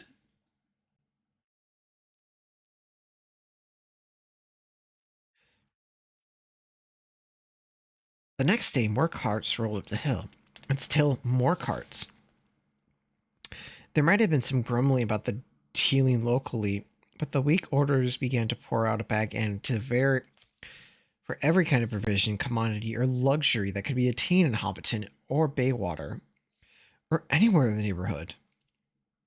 People became enthusiastic, and they began to tick off the days in the calendar, and they watched eagerly for their postman, hoping for invitations. But long after the invitations began pouring out, and the Hobbiton post office was blocked, and the Baywater post office was snowed under, and voluntary assistant postmen were called for. And there was a constant stream of them going up the hill, carrying hundreds of polite variations on "Thank you, I shall certainly come." A notice appeared on the gate of Bag End. No admittance. Except on party business. Even though some who had or pretend to have party, their business was suddenly allowed inside. Bilbo was busy writing invitations, taking answers, packing up presents, and making some private preparations of his own. For the time of Gandalf's arrival, he had remained hidden from view. On the morning the hobbits woke to find a large field south of Bilbo's front door covered with ropes and poles and for tents and pavilions. A special entrance was cut into the bank leading to the north road. Bank leading to the road, and wide steps and a large white gate was built there. The three hobbit families, Bagshot Row, adjoining the field, were intensely interested and generally envied. Old Gaffer Gamgee stopped even pretending to work at his own garden. The tents began to go up. There was a special large pavilion so big that the tree that grew in the field was right inside it. It stood proudly near one end, at the head of the chief table. Lanterns were hung, and still branches more promising still, to Hobbit's mind. An enormous open-air kitchen was erected in the north corner of the field. A draught of cooks for every inn and eating house. For miles around to supplement the dwarves and other oddly folk that were recorded at Bag End. Excitement rose to its heights. Then the weather clouded over. That was Wednesday on the eve of the party. Anxiety was insane. Then Thursday, September the 22nd, actually dawned. The sun got up, the clouds vanished, the flags were unfurled, and the fun began. Bilbo called it a party, but it was really a variety of entertainment rolled into one. A few were overlooking by accident. But they turned up all the same, and that did not matter. Many people from other parts of the Shire were also asked, and there were many few from the outside borders. Bilbo met his guests in additions at the new White Gate in person. He gave away presents to all and sundry. The latter were those who went out again and by a back way and came in by gate. Hobbits gave presents to other people on their birthdays. Not very expensive ones, as a rule, and not so lavishly on this occasion. But it was not a bad system. Actually, In Hobbiton and Baywater, every day of the year was someone's birthday, so that every hobbit in those parts had their chance to at least one present or at least one week, but they never got tired of them. On this occasions, the presents were unusually good. The hobbit children were so excited for that for a while they were almost forgotten about eating. These were toys much like they had never seen before, all beautiful, some obviously magical. Many of them indeed had been ordered a year before, and had come all the way from the mountain from Dale, and were real dwarf make. When every guest had been welcomed and was finally inside the gate, there were songs, dances, and games, and of course, food and drink. These are three official meals: lunch, tea, and dinner, or supper. But lunch and tea were marked chiefly by the fact that these were times all the guests were sitting down and eating together. At other times, there was merely lots of people eating and drinking continuously for 11ish until 6:30, where the fireworks started. Wow, it got dark real quick about that time. Oh yeah, it is September, so it would probably do that. I forget that the sun does that during the fall.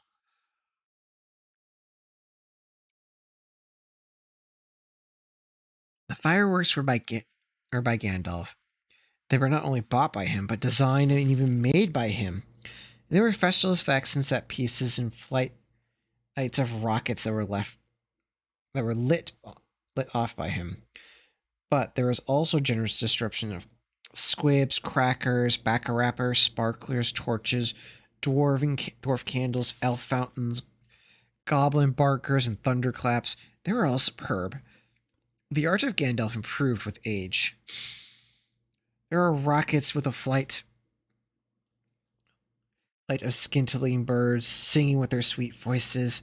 There were green trees with trunks of dark smoke, their leaves open like a whole spring unfolding in a moment, and their shining branches drop glowing flowers upon an astonished hobbits, disappearing with sweet scent just before they touched their upturned faces. There were fountains of butterflies that flew glittering into the trees. There were pillars of colored fires that rose and turned to eagles, or sailing ships, or phalanx of flying swans. There was a red thunderstorm and a shower of yellow rain. And there was a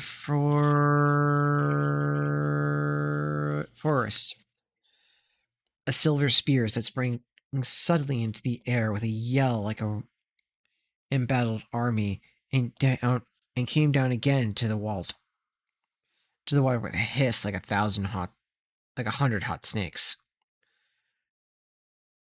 And there was also one last surprise. In honor of Bilbo, it started the hobbits exceedingly as Gandalf intended. The lights went out, a great smoke went up, it shaped itself like a mountain seemed in the distance, and began to glow at the summit, spouting out green and scarlet flames. Out flew a red golden dragon, not life-size, but terribly lifelike. Fire came from his jaws, his eyes glared down, and there was a roar, and whizzed 3 times around his head and whizzed 3 times over the heads of the crowd. They ducked, they fell flat on their faces. The dragon passed like an express train and turned a somersault and burst over the Baywater with a deafening explosion. "Has the signal for supper," said Bilbo. The pain and alarm vanished at once, and the hobbits leaped to their feet. There was a splendid supper for everyone, and everyone, that is, except for those who invited to the special family dinner party. This was held at the great pavilion with the tree. The invitations were limited to 12 dozen, a number also called by hobbits one gross, though one would consider the proper use of the people. Although the word was not proper, was not considered proper to the use of the people. And the guests were selected from all the families which Bilbo and Frodo were related, with the addition of very special and related guests such as Gandalf. Many young hobbits were included and present by parental permission, for hobbits were easygoing with their children in the manner or sitting up late, especially when there was a chance to getting off of reservations of them getting a free meal. Bringing up young hoggets took a lot of provender. Okay.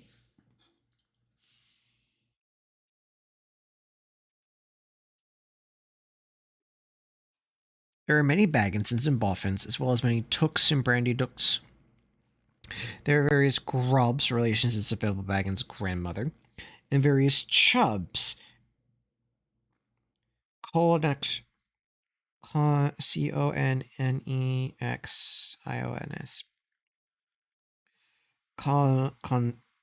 Connexions, Connexions of his grandfather. I'm just going to go with that. And a selection of Burrowsers, Bulgars, Braceguardlers, Brookhouse, Goodbodies, Homeblowers, and Proudfoots. Some of these were only very distantly connected to with Bilbo, and some had hardly ever been in Hobbiton before, as they lived in the remote corners of the Shire. The Saxonville's hobbits were not forgotten. Otho and his wife Lobelia were present. They disliked Bilbo and detested Frodo, but so magnificent was the invitation written in golden ink that they had felt it was impossible to refuse. Besides, their cousin Bilbo had been special in food for many years, and his table had had high reputation. All the 144 guests expected a pleasant feast, though they rather dreaded the after dinner speech of their host, an inevitable item. He was able to brag in bits or what he called poetry, and sometimes after a glass or two would allude to the absurd adventures of his mysterious journey. The guests were not disappointed. They had a very pleasant feast, in fact. An engrossing entertainment, rich, abundant, varied, and prolonged. The purchase of provisions fell almost to nothing throughout the district of the ensuing week, but as Bilbo's catering had depleted the stocks of most of the stores, cellars, and warehouses for miles around, that didn't matter much. After the feast, more came the speech.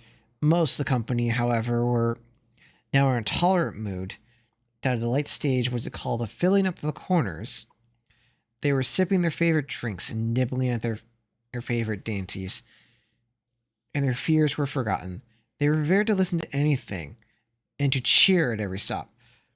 My dear people, began Bilbo, raising in his place. Hear, hear, they shouted, and kept on repeating it in chorus, seemed reluctant to follow their own advice.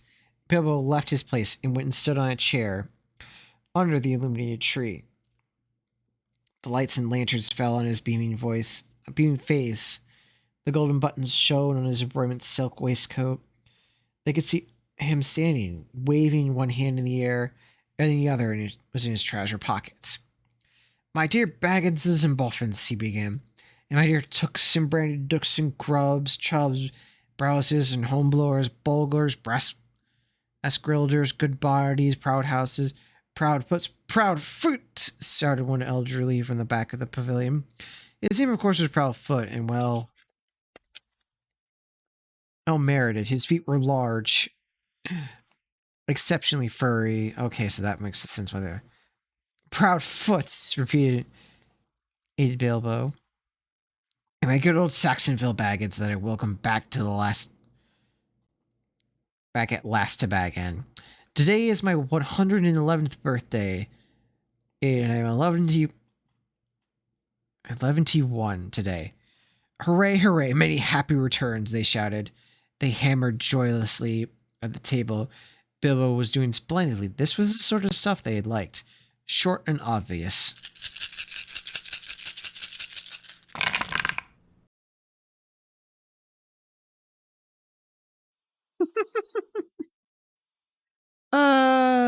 You love that sound alert, don't you?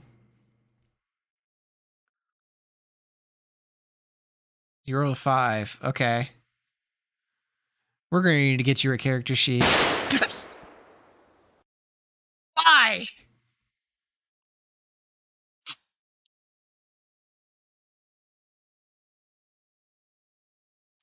I'm going to have to remove that sound alert for book club.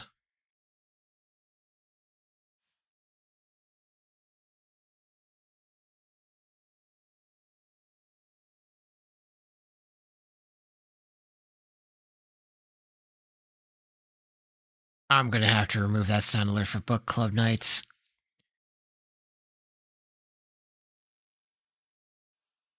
Either that, just put a longer timer on it.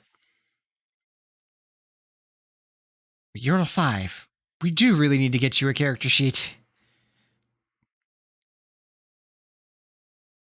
That way you can roll more than a 5. We'll get you into the world of D&D, Master Red Knight. Don't you worry.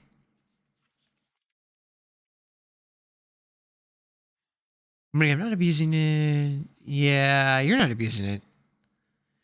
That's fair. That's actually fair. I think it just surprised me more than anything else. I'm not used to being surprised a whole lot. So that's something to get used to. Hey. Where was I? Alright, heroes. I hope you're all enjoying yourselves as much as I am. Deafening cheers. I am. Deafening cheers, cries of yes and no, noises of trumpets and horns and flutes, and other musical instruments.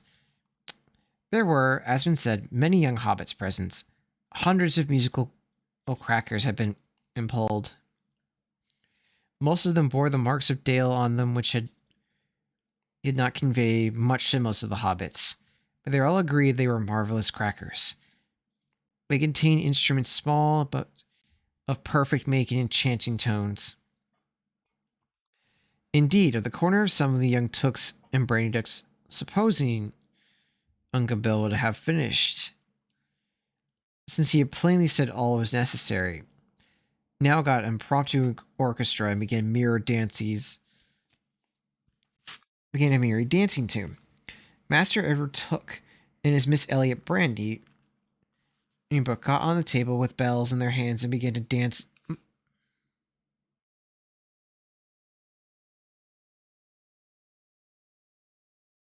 That is something I can do.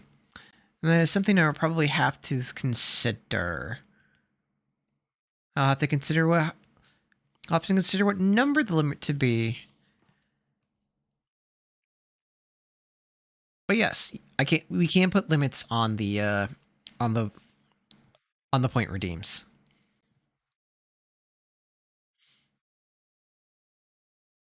But that is something I'll have to look into. But since you are not abusing it, I'm not going to do that. And since you're doing it only at few random times, you're doing good.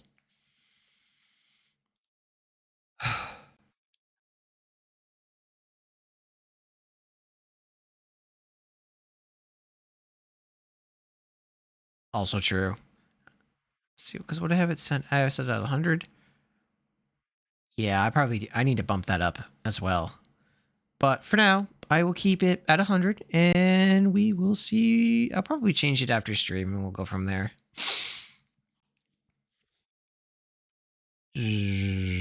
Alright.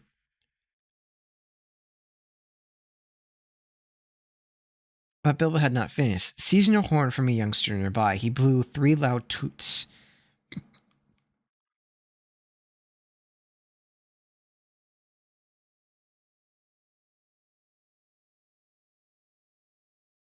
Watch yourself.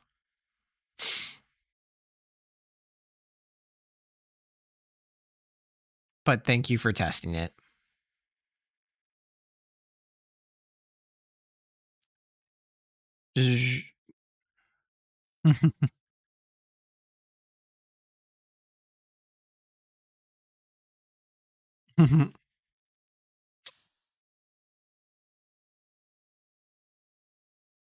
Thank you for the Hearts Master, Red Knight.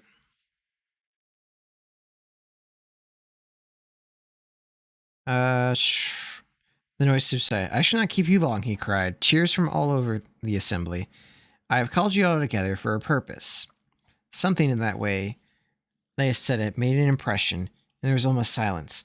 One or two tooks puckered their ears. Indeed, three purposes. First of all, to tell you that I'm immensely fond of you all, and that 11 years is too short a time to live among excellent, admirable hobbits. Tremendous outputs of approval. I do not know half of you as well as I should, I'd like, and I like less than the half of you that as well as you deserve. That was unexpected and rather difficult. That was really hard to read. I know how it sounds in the movie, but like in terms of the movie, but it's like I give props to the actor for seeing this. All right, there was some scattered clapping, but most of them were trying to work it out, and see if it came to a compliment. Secondly, to celebrate my birthday, I should say our birthday, for it is, of course, the birthday of my heir and nephew Frodo. He comes of age and into his inheritance today.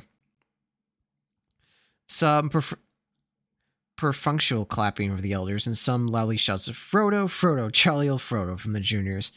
The Saxonville Baggins scowled and wondered what the meaning meant by coming of inheritance. Together we score 141, and your numbers were chosen to fit in the remarkable total of one grand cross, if I use the expression. No cheers. This was ridiculous. Many of the guests, especially the Saxonville Bagginses, were insulted, feeling that they not only asked to fill up the required number, like goods in a packaging, one gross indeed, vulgar in its expression.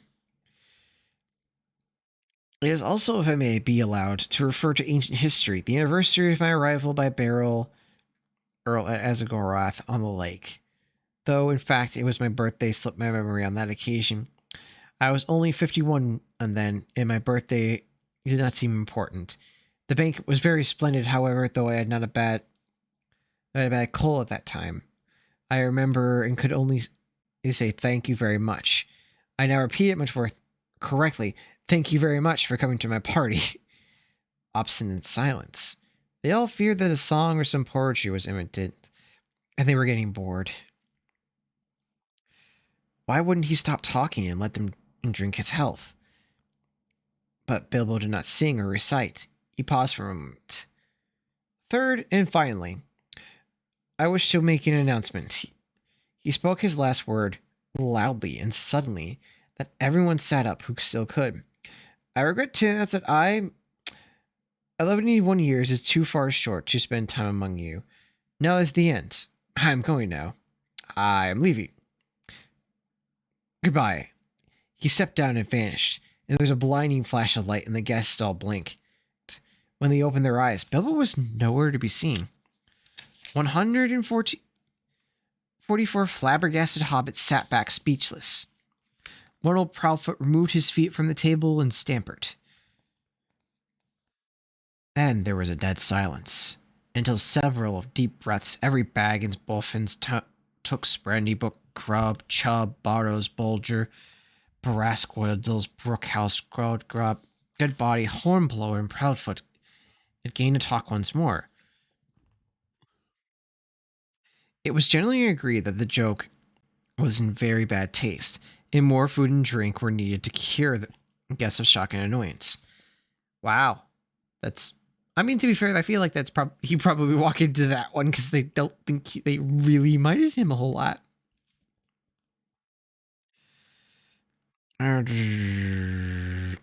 Absurd. For the moment, they experienced nothing more than a ridiculous prank. But old Rory Bunderbook was not so sure. Neither age nor enormous dinner has clouded his wits, and he said to his daughter-in-law Esmeralda, "There's something fishy in this, my dear.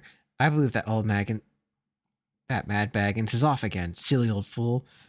But why worry? He hasn't taken the victuals with him." He called loudly to Frodo and sent the wine round again. Frodo was the only one present who said nothing. For some time he sat in silence beside Bilbo's empty chair and ignored all remarks and questions. He enjoyed the joke, of course, though he had been in the know and had difficulty in keeping from laughter and indignant surprise of the guests. But at the same time, he felt deeply troubled. He suddenly realized that he loved the old hobbit dearly. And many of the guests went on eating and drinking, discussing Bilbo Baggins' oddities, past and present. But the Saxon Bilbo Baggins had already departed in wrath. Frodo did not want to have any more to do with the party.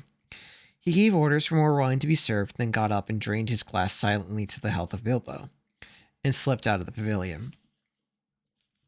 As for Bilbo Baggins, even while he was making his speech, he has been fingering the golden ring in his pocket, his magic ring that had kept secrets for so many years. As he stepped down, he slipped it onto his finger, and he was never seen by any hobbit in Hobbiton again. He walked briskly back to his hole and stood for a moment, listening with a smile to the din of the pavilion and the sounds of the merrymaking in other parts of the field. And then he went in. He took off his party clothes and folded up.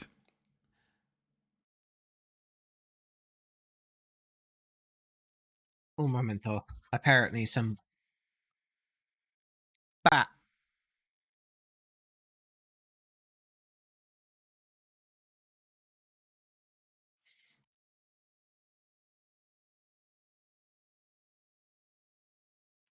Easy now. We don't want to get. We don't get banned. I don't want to lose this. John Twitch is not what it is. Is that what it means? No, no, no, no. Nope, nope, nope, nope, nope, nope, nope, nope, nope. You don't you dare say that ever again. Okay, I'm gonna have to figure out why that is making that noise. Because it's never done that before. Or can I just mute system sounds on myself? That's better, but no, don't do that ever again.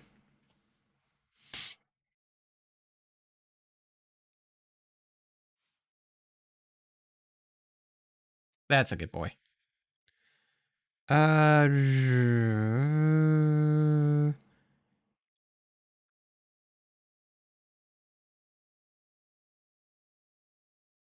he put on quickly some untidy garments and fastened around his waist a worn leather belt. On it, he hung a short sword and a battered leather scabbard.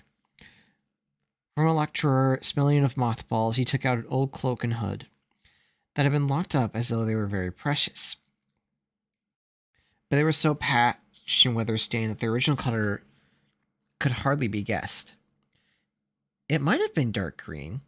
They were rather large for him, and he went into his study from a large, strong box, took out a bundle wrapped in old clothes and a leather-bound manuscript, also a large, bulky envelope. The book and bundle he stuffed into the top of a heavy bag that was standing there, already full.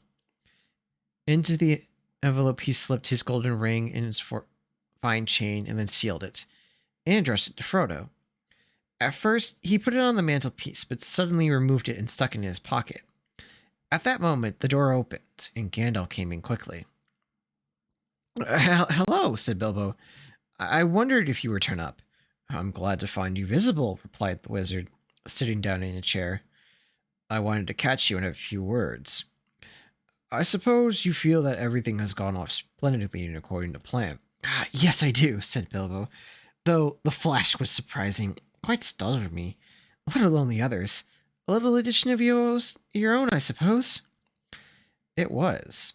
You wisely kept that ring a secret all these years, and it seemed to me to necessarily give your guests something else that would seem to explain your sudden vanishment. And would spoil my joke. You are an interfering old fool. Now, interfering and indeed alarmed. Wait, what? That isn't. There we go. Interfering old busybody. There we go. That sentence makes more sense. But I expect you know the best than usual. I do, when I know anything. But I don't feel too surely about this whole affair. It has now come to the final point. You have had your joke, and Alarmer offended most of your relations, and given the whole Shire something to talk about for the 9 days. Or 99 more likely. Are you going any further? Yes, I am. I feel a need for a holiday. A very long holiday. As I told you before, probably a permanent holiday. I don't expect I shall return. In fact, I don't mean to. And I've made all the arrangements. I am old, Gandalf. I don't look it, but I'm beginning to feel it with my heart of hearts. Well preserved indeed, he snorted. Why, I feel all thin, sort of stretched, if you know what I mean. Like butter that's been scraped over too much bread. That can't be right. I need a change, or something. Gandalf looked curiously and closely at him. No, it does not seem right, he said thoughtfully. Thoughtfully. No, after all, believe me, your plan is probably the best. Well, I've made up my mind anyway. I want to see the mountains again, Gandalf. Mountains! And then find somewhere where I can rest. In peace and quiet, without a lot of relatives prying around, or a string of confounded visitors hanging the bell. I might find somewhere where I can finish my book. I have thought of a nice ending for it. And he lived happily ever after to the end of his days. And Gandalf laughed. I hope you will, but no one will read the book. However it ends. Oh, they may, in years to come. Frodo has read some of it already, as far as it has gone. You'll keep an eye on Frodo, won't you? Yes, I will, with 2 eyes, as often as I can spare them. He would come with me, of course, if I asked him. In fact, he offered to once, just before the party.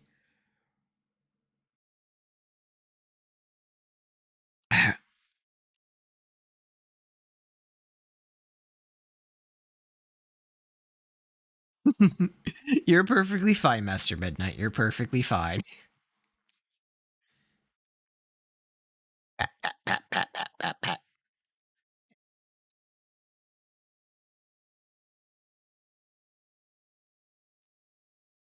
Hold on. Let's see. Can I do this?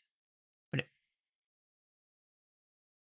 Ah, pat, pat, pat, pat, pat, pat, pat, pat, pat. You're all good.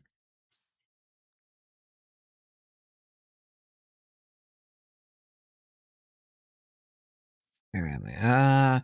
But he's not really want to yet. I want to see the wild country again. Before I die. And the mountains. 10. Well, your luck is certainly improving.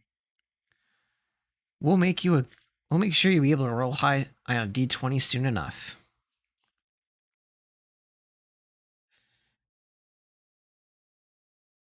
Country again before I die. And the mountains. But he is still in love with the Shire. The woods and fields and little rivers. He ought to be comfortable here. I'm leaving everything to him, of course. Except a few ornaments. I hope he'll still be happy when he gets used to being on his own. It's his time. It's time he was his own master now. Everything, said Gandalf. The ring as well? You agreed to that? You remember? Well, yes, I suppose so, stammered Bilbo. Where is it? It's in an envelope. If you must know, said Bilbo impatiently. There on the mantelpiece. Oh, well, no. Here it is in my pocket. He hesitated. Isn't that odd now? He said softly to himself. Yes, after all, why not? Why shouldn't it stay there? Gandalf looked again very hard at Bilbo, and there was a gleam in his eye. I think, Bilbo, he said quietly, I should leave it behind. Don't you want to? Well, yes and no. Now it comes to it. I don't like parting with it all, I may say.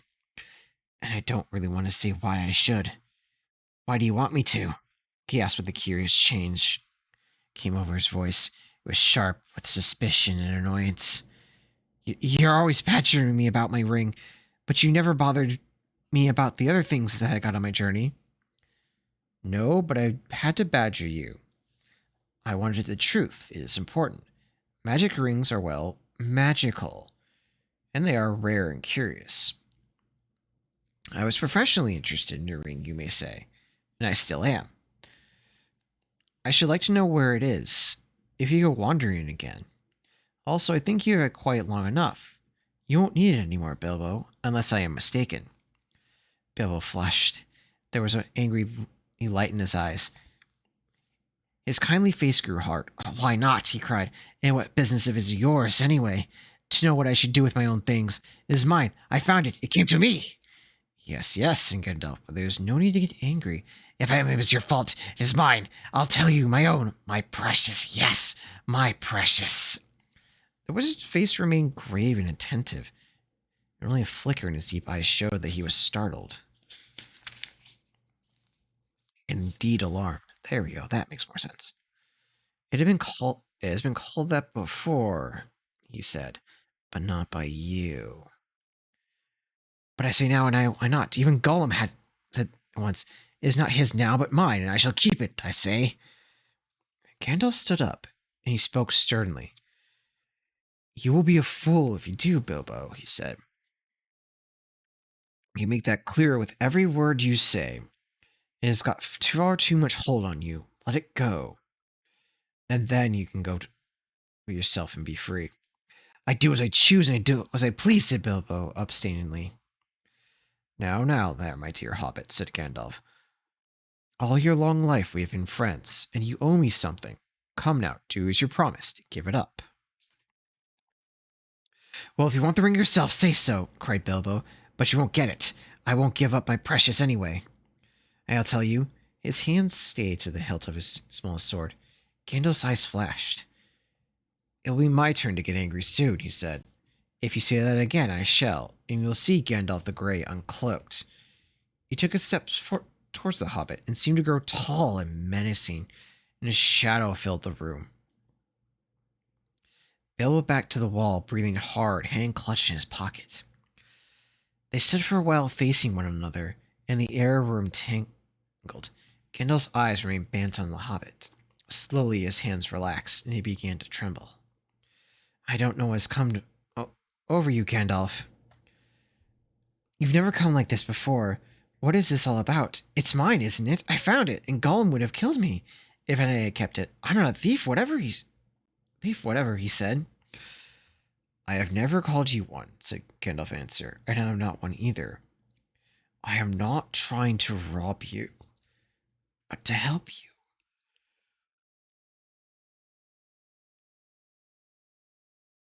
I wish you would trust me, as you used. He turned away, and the shadow paused. He seemed to dwindle again to the old gray man and bent and trembled. Bilbo drew his hand over his eyes. I'm sorry, he said, but I feel so queer, and yet it would be a relief in a way not to be bothered with it anymore. It has been growing in my mind lately. Sometimes I felt as if it has a look. Sometimes I have felt it was like an eye looking at me, and I've always wanted to put it on and disappear. Don't you know, or wondering if it is safe, and pulling it out to make sure. I tried locking it up, but I found I couldn't resist it without it resting in my pocket. I don't know why, and I don't seem to be able to make my mind. Then trust mine. It is quite made up. Go away and leave it behind. Stop possessing it. Give it to Frodo, and I will look after him. Bilbo stood there for a moment, tense and undecided.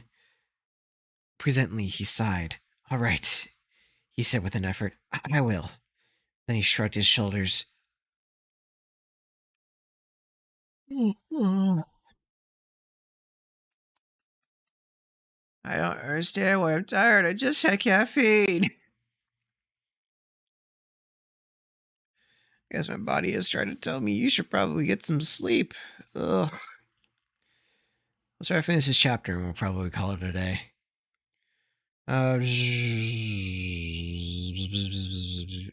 After all, that's what party business was about. Really, to give away lots and lots of birthday presents and somehow make it easier to give it away at the same time. It hasn't made it any easier in the end, but it would be a pity to waste all my preparations. It would quite spoil the joke. Indeed, it would take away the only point I've ever seen in the affair, said Gandalf. Very well, said Bilbo. It goes to Frodo with all the rest. He drew a deep breath. Now, I really must start in. Somebody else will catch me. I said goodbye, and I couldn't bear to do without it all over again. He picked up his bag and moved to the door. You still got the ring in your pocket, said the wizard. Well, so I have, cried Bilbo, and my will over all documents, too. You better take it and deliver it for me. That'd be the safest. No, don't give me the ring to me, said Gandalf. Put it on the mantelpiece. It'll be safer there till Frodo comes. I shall wait for him. Bilbo took out the envelope, but just as he was about to set it on the clock, his hand jerked back, and the packet fell on the floor. Before he could pick it up, the wizard stooped up and seized it and set it in his place. A spasm of anger passed swiftly over the hobbit's face. Suddenly it gave way to a look of relief and a laugh. Oh, that's that. And now I'm off. They went into the hall. Bilbo chose his favorite stick from the stand, and then he whistled. 3 dwarves came out of the rooms where they had been busy. Is everything ready? Everything packaged and labeled? Everything, they answered. Well, let's start. He stepped out the front door. It was a fine night, and the black sky was dotted with stars. He looked up and sniffing the air. What fun! What fun to be off again, off on the road with dwarves. This is what I've been longing for years. Goodbye, he said, looking at his old home and bowing into the door. Goodbye, Gandalf. Goodbye for the present, Bilbo. Take care of yourself. You are old enough and present, and perhaps wise enough. Take care, I don't. I don't care. Mhm.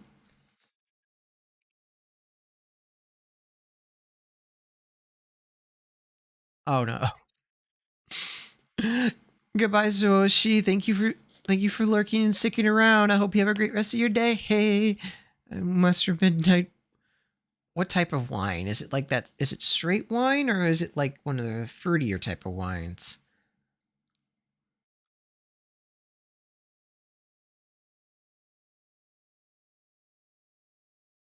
And while that's going on, I'm going to go get another thing of soda because I need to stop yawning.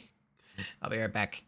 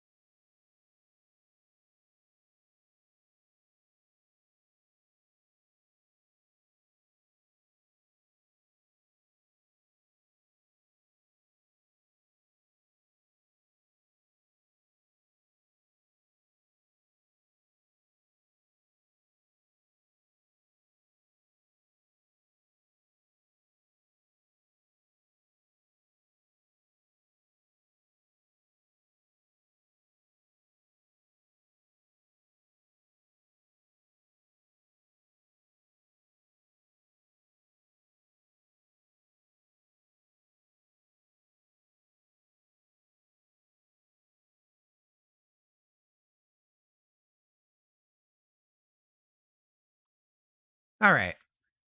Let's see. Right now I'm drinking apricot one. Pickle apricots. And that there was pickle by wine. It has my curiosity, that's for sure. I'm not much of a wine drinker.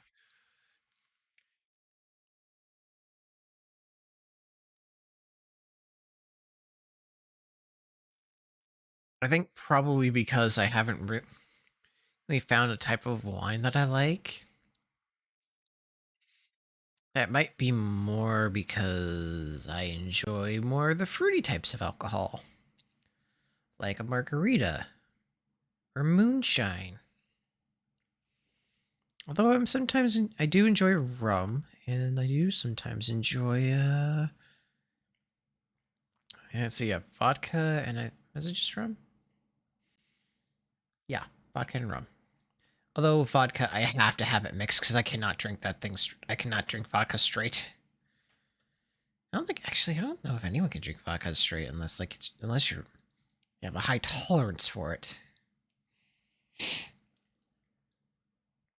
I think that's the thing I gotta think about. High tolerance for vodka. Although I'm elf, therefore I have low I have a low alcoholic tolerance. So therefore I cannot drink alcohol in large quantities. My body's very interesting. All right, let's. Where are we? I'm swept away by my fits. Yeah, wherever there is. Well, don't worry about me. I'm happy as I am ever have been. And that's saying a great deal. But the time has come, and I've been swept off of my feet at last, he added. And then, in a low voice, as if to himself, he sang in the dark. The road goes on, ever on and on. Down from the door where it began, now far ahead to the road has gone. And I must follow if I can, pursuing it with eager feet, until it joins with larger way, where many paths and errands meet, and whither in, I cannot say. He paused silent for a moment. Then without another word, he turned away from the lights and voices in the fields and tents, and followed by his three companions, went around into his garden and trotted down the long sleeping path. He jumped over a low place in the hedge at the bottom, and took to the meadows, passing to the night without like a rustle in the wind on the grass. Gandalf remained for a while staring after him into the darkness. Goodbye, my dear Bilbo. Until our next meeting, he said softly and went back inside. Frodo came in, and soon afterwards he found himself sitting in the dark, deep in thought. Has he gone? He asked. Yes, answered Gandalf. He has gone at last. I wish, I mean, I'd hope until this evening it was only a joke, said Frodo. But I know in my heart that he really meant to go. He always used to joke about serious things. I wish I had come back sooner, just to see him off. I think really he preferred slipping off quietly into the end, said Gandalf. Don't be too troubled. He'll be all right. Now, he left a package for you. There it is. Frodo took the envelope from the mantelpiece and glanced at it, but did not open it. You will find his will and all other documents in there, I think, said the wizard. You are the master of Bag End now. And also, I fancy you'll find a golden ring. The ring! Exclaimed Frodo. Has he left it to me? I wonder why. Still, it may be useful. It may, and may not, said Gandalf.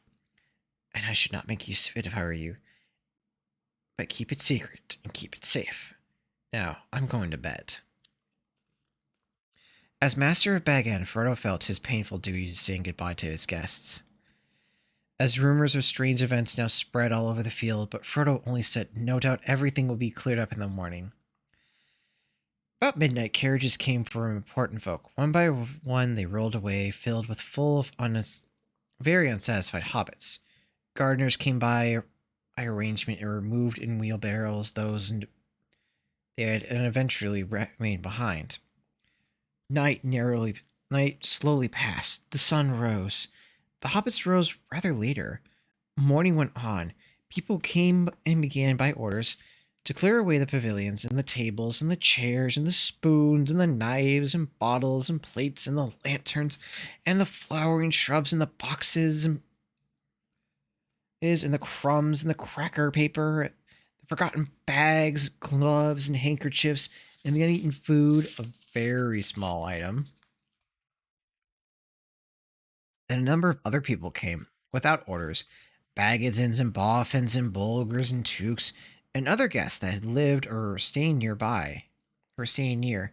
By midday, they were even best fed. Even the best fed were out and about again, and there was a large crowd of Baggin, uninvited but not expected. Frodo was waiting on the steps, smiling but looking rather tired and worried. He welcomed all the callers, but he did not much more than say before. His reply to inquiries to all inquiries was simple. Mr. Bilbo has gone away, as far as I know, for good. Some visitors had invited. Some visitors. First, he invited to come inside as Bilbo left messages for them. Inside the halls were piled assortment of packages and parcels, and some articles of furniture. On every item there was a letter tied, and there were several labels for this sort. For Eldor took for his very own from Bilbo an umbrella. Alucard had carried off many unlabeled ones. For Dora Baggins, in memory of long correspondence with love from Bilbo, on a large waste paper basket. Dora was Drago's sister and the eldest surviving female, a relative of Bilbo and Frodo. She was 99 and had written rhymes of good advice for more than half of a century. For Milo Burrows, hoping it would be useful, BB, on a gold pen and an ink bottle. Milo never answered letters. For Angelica's use, from Uncle Bilbo, on a round Suruk's mirror, she was a young Baggins, and too obliviously considered her face shapely.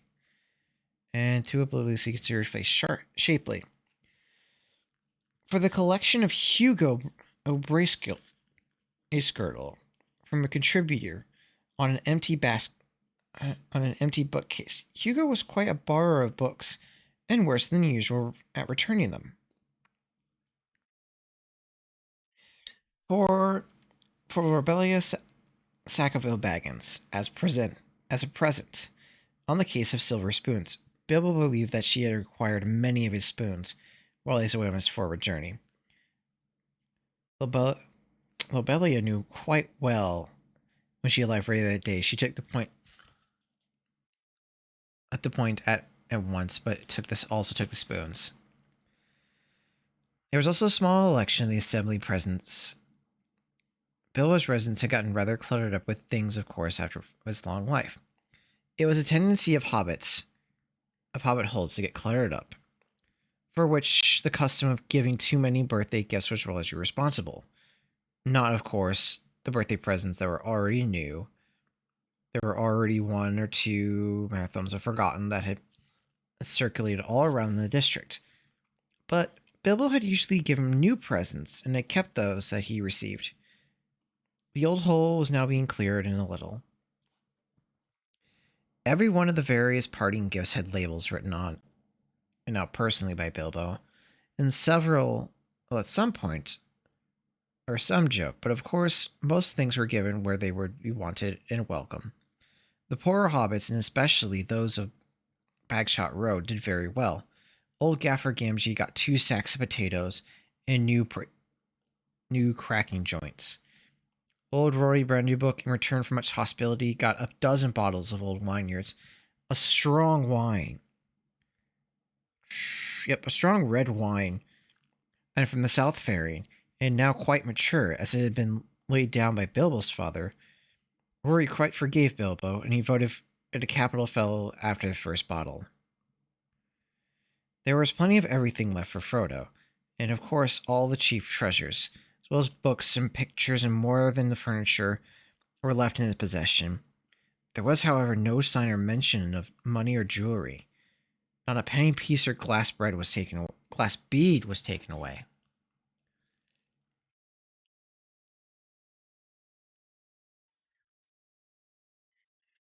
Frodo had a trying time this afternoon. A false rumor that the whole household was being distributed free,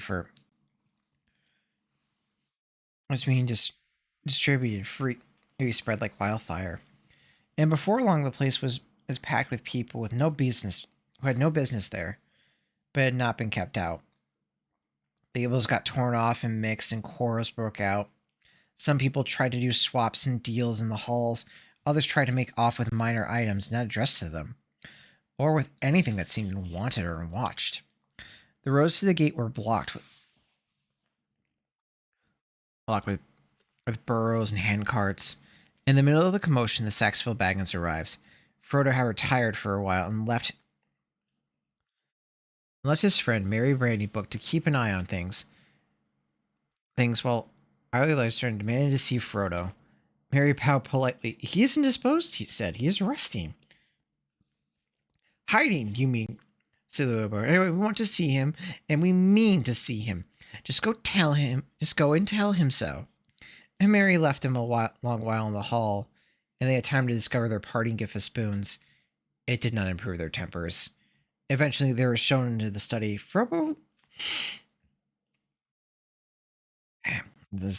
Frodo was sitting at a table with lots of papers in front of him.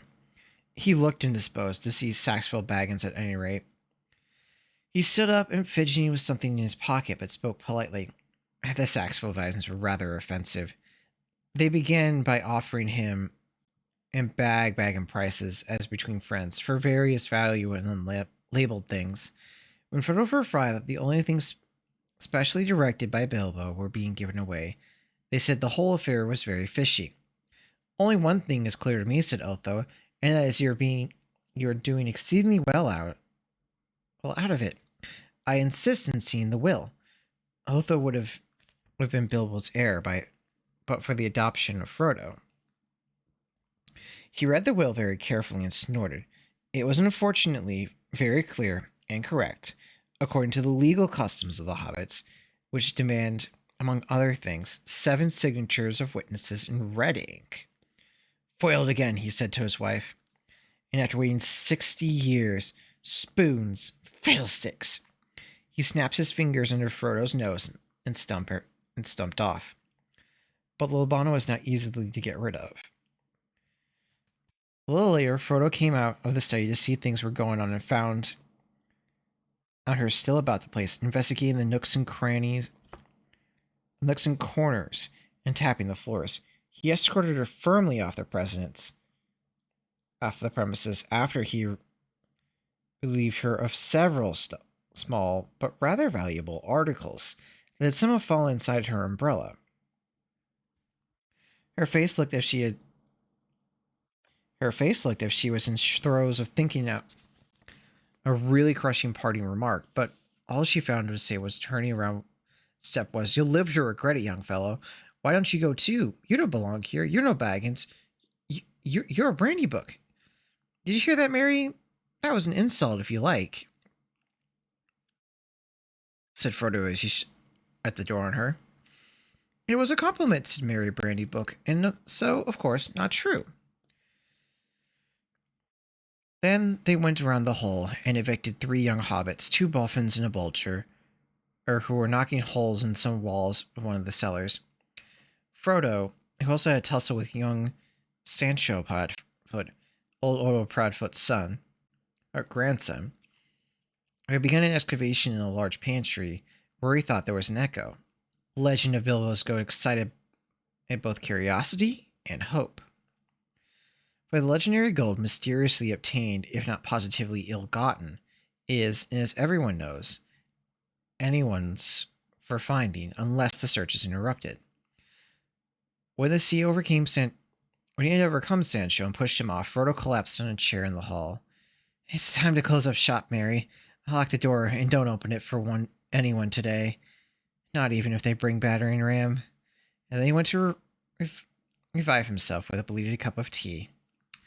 I really need to start drinking tea more often.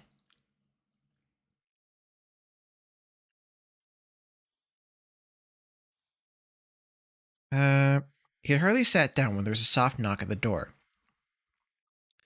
Lobelia again, most likely, he thought. She must have thought of something really nasty and come back to say it.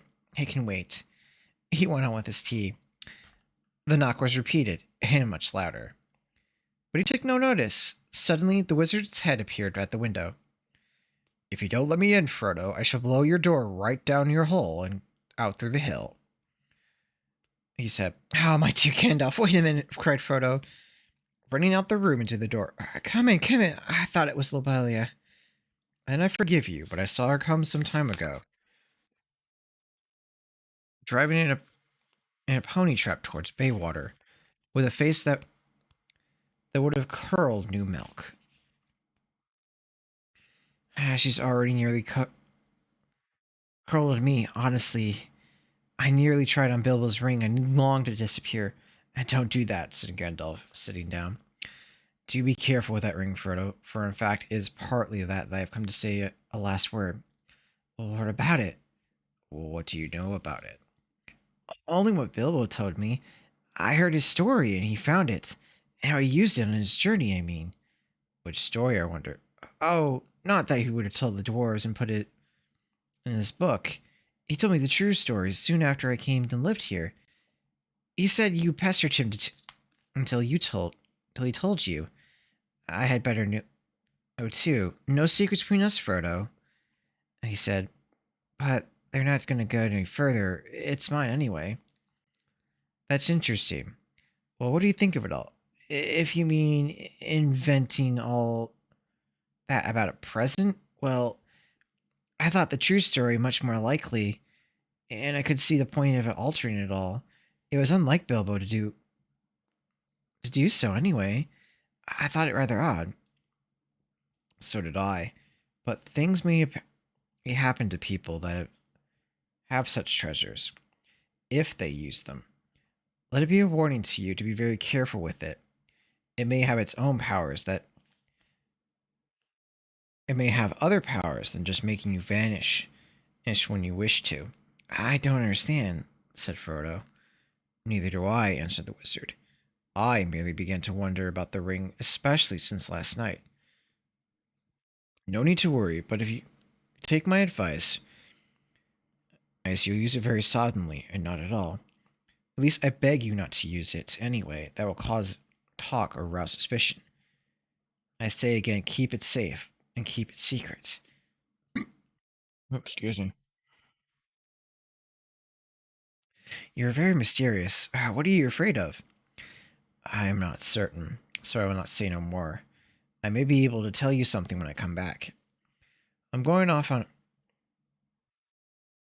once, so this is goodbye for the present. He's got up. At once, cried Frodo. I thought you were staying for at least. He's down for. I thought you were staying on at least for a week.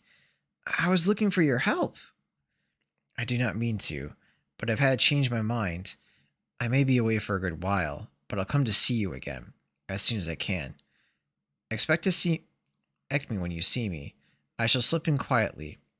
I shan't often be visiting the Shire openly again. I find that I've become rather unpopular. They say I'm a nuisance and a disturber of the peace. Some people are actually accusing me of spiriting Bilbo away, or worse. If you want to know, there's supposed to be a plot between you and me to get the hold of this wealth. Some people, exclaimed Frodo. You mean Otho and Lobelia? How indomitable. I would give them back and anything else if I could get Bilbo back. And go off trampling. Yeah, tramping the country with him. I love the Shire, but I begin to wish somehow I had gone too. I wonder if I shall ever see him again. And so I, said Gandalf, and I wonder many other things. Goodbye now. Take care of yourself. Look out for me, especially in likely times. Goodbye. Frodo saw him to the door.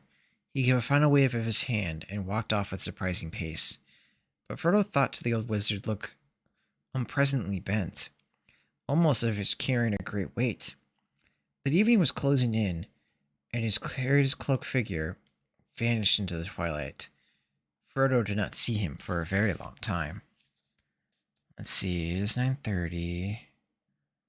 Usually stream like 2. How long page. I feel like these chapters are going to be longer, so this is going to be a little bit different. Oh yeah, that's like, because that was like almost 30 pages. The next one's like 20, and it still takes me a bit to do that. So we're actually gonna end it here. Yeah, we're gonna end it here for tonight.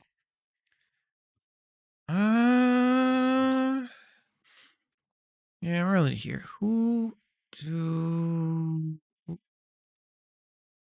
we want to? Who I know be streaming tonight. Let's scroll down. Do.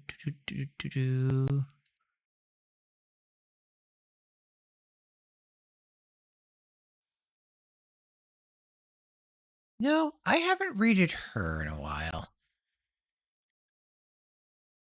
Pause this. You know what? Yeah, I haven't rated her in a while. So we're gonna raid another bookworm. Right, we're gonna read another bookworm. If I can find my backslash. Come on, keyboard. I know you want to do it. There you go. Oh dear. Oh dear. No, that's too. No. I sometimes say more wireless keyboard. Black. And please work. Work. Yeah, it worked. All right. Tomorrow is going to be a early morning stream, and we're going to be playing some Dragon Age, and hopefully nothing bad happens. As I try to remember what quests we're on, what we're doing, where we're going, and hopefully the save file works, and we'll go from there. And then we'll figure out what we're doing the next week. I do not know. But thank you all for coming on, chilling, being amazing peeps. And I'll see you all tomorrow.